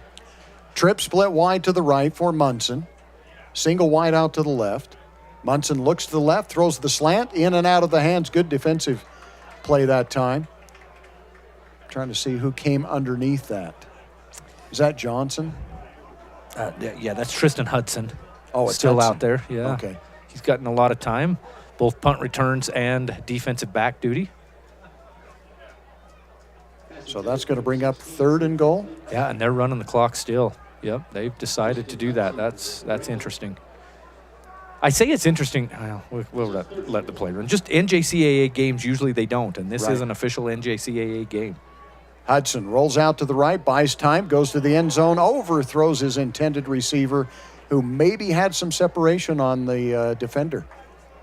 Yeah, had a guy. Another good play call that time, just not able to execute.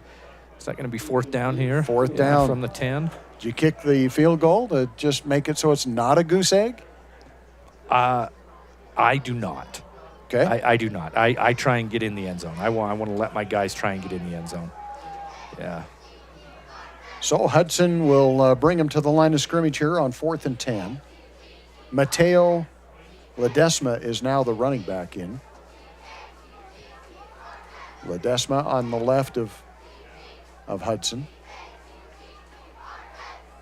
4th down and 10. Last chance here for the Lions to get in the end zone. Crossing pass is going to be knocked down, incomplete. Yeah, had 3 receivers out that side, and that was the one that had 3 Badger defenders around him. The middle of the 3 may have been open in the end zone for just a brief moment, but good defense in the secondary there by the Badgers to turn away the Lions. Keep that goose egg on the scoreboard. Really just tried to thread the needle there. There wasn't a lot of room. Not much, no. 3 Badgers right around it. So the Badgers will take over 1st and 10 at their own 10-yard line. And this might become another possession where they do not get a touchdown here. Something to watch. Something to watch. No, it's 70-0. We create storylines here. If you're still joined us, we appreciate you on KMTI and Snow Badger TV. Is that what we call it? Snow TV? Snow TV on YouTube, yeah. And I think we got another new quarterback in. I think you're back to Thompson. I think you're 15, Cooper Thompson, right? Yep, you're right. Yeah, so you had Micah Madre get that 36-yard touchdown run, so they go back to Cooper Thompson. I was impressed with the speed of Madre. Yeah. And again, it's against, I get it, it's your third strings, whatever. But on that touchdown run he showed some wheels from the quarterback position. 6'5", 220. And with wheels, that's with what I'm wheels, saying. yeah. That's Thompson hands it off. Laofo trying to get to the outside and taken down. I'm wondering, I'm assuming Snow has 4 running backs on the roster. Because Laofo has gotten all of these 4-string runs here in the second half. So there's obviously not, back that up. I'm assuming there's obviously not a 5th stringer that you can throw out there. Because I think they would have. Right, yeah. I would agree with that. So let's give you kind of an idea here. Laofo is now your leading rusher. He's got 78 yards. Wilson finished with 77, Tillman finished with 55, and Patterson finished with 50. I'm just looking at the roster really quick, going from 50 down to 0. Oh, go ahead, Bruce. Laofo is going to add on to that as he picks up the first down. Might put him over 200 or 100 there. It's going to be close if it's not. It is going to be close. Yeah, didn't you say 78 or so? 78, yeah. Yeah, so he's out to the 27. They started that at the 10. Okay, so just short. Yeah. Anyway, I was looking down the roster here, just going 0 to 50. That would be the number for a running back, and I just see those 4. So, yep, it should be, unless you want to throw a linebacker out there. Sure, why not? Yeah, I know one linebacker that could run. Yeah. First and 10, Badgers have it out at the 27-yard line. Clock under 4 minutes to go. Handoff again, Laofo. Breaks it to the outside. Now he's over 100 yards. Does go out of bounds at the 44-yard line. But I think that should push Laofo over, because he had 98 before that run. There you go. Yeah, I can do that math. Well, I can say it's over 100. I don't know what it is exactly. How about 115? Oh, there you go. Thanks to Grayson Ball. I was going to say, those live stats are live, man. That's Stockton quick. Porter. Yeah, good job out there by them. helping us with the stats. It helps the broadcast. It really does. It makes. does. I think it makes it more fun, and so I appreciate Grayson for what he does. Not easy, but he takes a lot of pride in it and does a good job. Yep, absolutely. Laofo again. Dude's going to be tired, man. He's going to be bruised up, isn't he? He has earned all of those 117 yards. Yeah. Another helmet comes off for the Lions. Actually, 2. We'll say 2 more helmets. Wow. At some point, as a coaching staff, you maybe go ask, are you snapping them?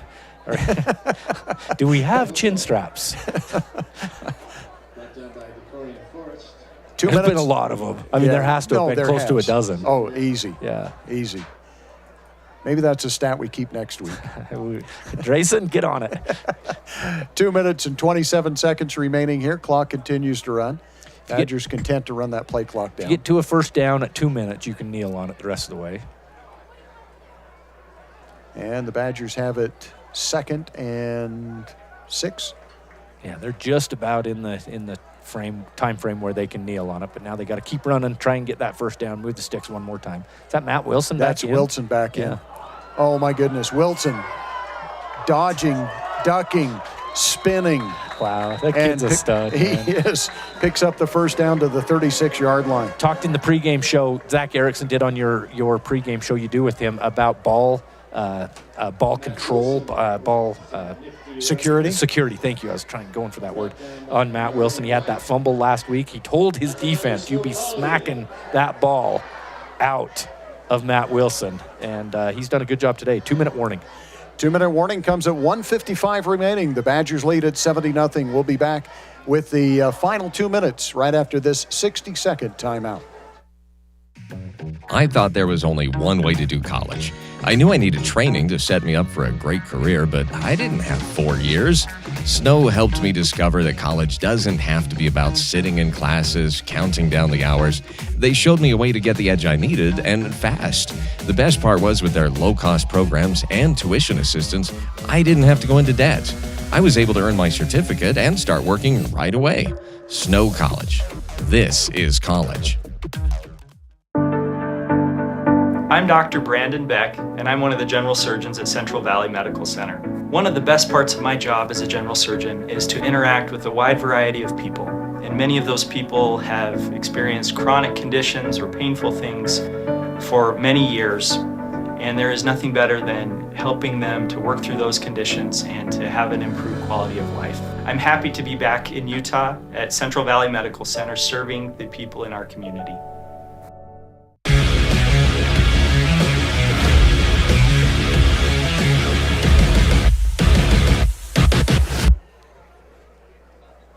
And welcome back as the Badgers are going to be content to take a knee here and run this clock out. So under 2 minutes to go, the Badgers can kneel on it and end this ball game. So we've got to start thinking, Greg, about the Little Caesars player of the game.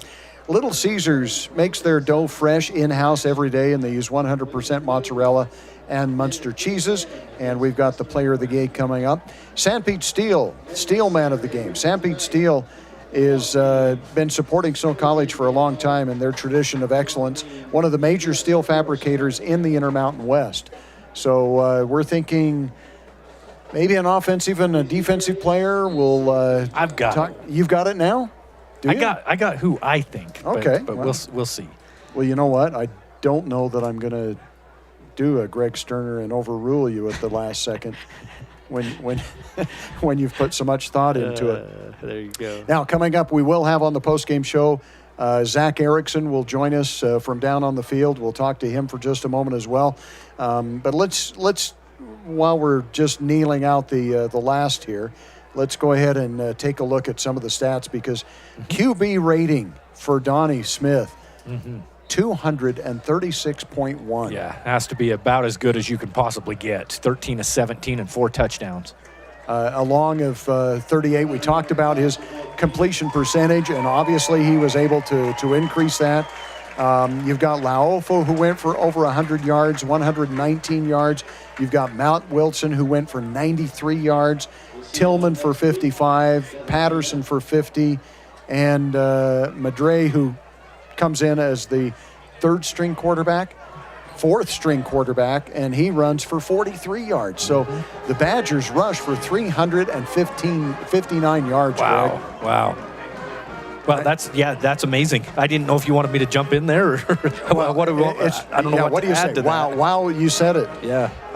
You've got 216 receiving yards. Just a very good all-around performance. And I think the competition was better this week than last week, but I think the Badgers really stepped things up. Yeah, they played better. They didn't have the penalties like they did last week. They didn't have any turnovers that I can remember. No turnovers in this game. No, and very efficient. I mean, they scored on every one they had except the halves.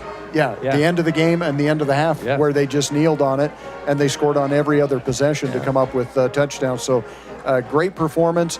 And I mentioned this several times, right? I mentioned this several times. You're getting better. You're facing better and better and better competition. Air Force Prep is going to be a better team than this. Then you go on the road to play Lackawanna. That's going to be a tough game. Yeah. Then you've got Butler and you've got Iowa Western. So you do have to pick up what you're doing as well. Yeah, absolutely. And the Badgers are doing it so far. I don't know. Are we going to take a break before Coach Erickson? Or are we going to talk about players of the game? Because I'll tell you my opinion if you want now, or if you need to take a break. Let's take a 60-second timeout, and when we come back, we'll have Coach Zach Erickson. If we don't have Coach Erickson, we will talk about the. Well, there we are out on the sidelines. I thought she was going to give it to him. Now he's going off. There's guys fighting. Yeah, we've got. So fighting. Zach's trying to take care of that. Yeah, there's. One of the guys for Detroit was not letting this game go. He was going after some guys. His own guys were pulling him off. So, thanks, Drayson, for the final stats. We appreciate that very much. I'm trying to find Zach out on the field and see. So this school year will be different. This year, I'll do my assignments on time. I will listen to my teacher. I solemnly swear. I won't eat any glue. I'll do my homework every night. Every night. Research? No problem. School? I got this. This year will be different. Visit Centricom.com to power your education with the best internet experience. Everyone succeeds with School to the Power of Centricom.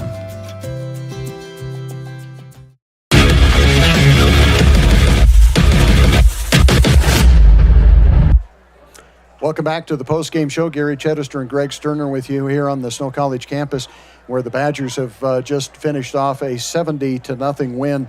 The Badgers scored on every possession except the last possession of the first half and the last possession of the game, and they did it very well. They spread it around. A.J. Tillman with a touchdown. Donnie Smith with a couple of touchdown passes to Reggie Frischnick, and then a pass to Sellers, and then a pass to Smith. Drew Patterson with a touchdown run, Matt Wilson with a touchdown run, Isaiah Laofo with 2 touchdown runs, and then Micah Madry, the fourth-string quarterback, with a touchdown run of 36 yards. So the Badgers pick up a great effort out there and end up winning this ball game. So players of the game. Little Caesars player of the game and a St. Pete Steel man of the game. Greg, what are your thoughts? My opinion on the Little Caesars player of the game, and I'm going to put this on Gary Chittister. Offensive line. The offensive line. I don't know if you want to ask a coach. I don't know if you want to give the gift certificate to one of them. I think the offensive line is your Little Caesars player of the game. And which one? I can't pinpoint one. I don't know what to tell you there. It looks like Coach Erickson is running over right now to get the headset. So, all right. So we'll have him in just a second. So before he gets that, your thoughts on Steelman? Mario Williams on defense, in my opinion. Had a good couple of games. He had 4 tackles, half a sack. That's my opinion. All right. Solomoni Longi was another one that I thought about maybe there. Coach Zach Erickson told me his hands out. He's looking for where's the headset? Where's bless his heart for trying to find us and get things going here. Live radio. There we go. Live radio. We're going to keep it right here. So Greg, your suggestion is the player of the game for offensive line. Yes. So Coach, getting the microphone going there, and you okay? You're good. All right. So we've narrowed it down to the offensive line for player of the game, but it's hard for us to tell who stood out on that offensive line to be able to narrow it down. Or do we just, maybe I pull some money out of my pocket and buy a few more pizzas and we give it to all of them? Oh, hold on, sorry. Okay, now. I might join you in throwing some money into that pot, and maybe we give it to all 10 of them that played tonight, because they did a really good job on the offensive line. There was a couple of times where the running back had a great hold, but maybe got stopped short of the first down, and then all of a sudden that offensive line just pushes them for the first down. They just never quit. Yeah, that's something that Coach McFalls talks about a lot, is just finishing the plays and being around the ball, because you never know if a guy fumbles or who knows what can happen. We just want our guys to be around the ball, finish the play, and they did a great job of that tonight. All right, so how much pizza can 10 offensive linemen eat? Because one slice each. A lot. I know when we're on the road and you guys do pizza, they can eat a lot of pizza. Yeah, I think for this, we could get away with 20 pizzas, and we'll tell them that they have to share one with one of their teammates. All right. I'm good with that. I really am. I thought it was a great performance by the O-line. So you always have veto power here, but we're kind of leaning towards Mario Williams on Steelman of the game defensively. We called his name a lot. Seemed like he was around the ball a lot. Yeah, I think he played a really good game. He's starting to come into his own, starting to understand the defense, and being able to really go out and execute and make some plays. So, I mean, I haven't seen the stat sheet yet, but if you guys say you were calling his name, from what I saw, he played really well. I think you might have found a star on special teams as well. Dallin Sweat was in on a lot of tackles. I think he finished with five tackles on special teams alone. Yeah, that's really good to see those guys. We had to challenge them this last week because I didn't love what we saw on the tape after last week. And so they responded really well. Dallin was one of those guys that really stepped up through the week in practice and then also did a really good job this evening. Well, the average starting position for the Lions was about the 20, maybe the 21, 22-yard line. Their best field start was at their own 39.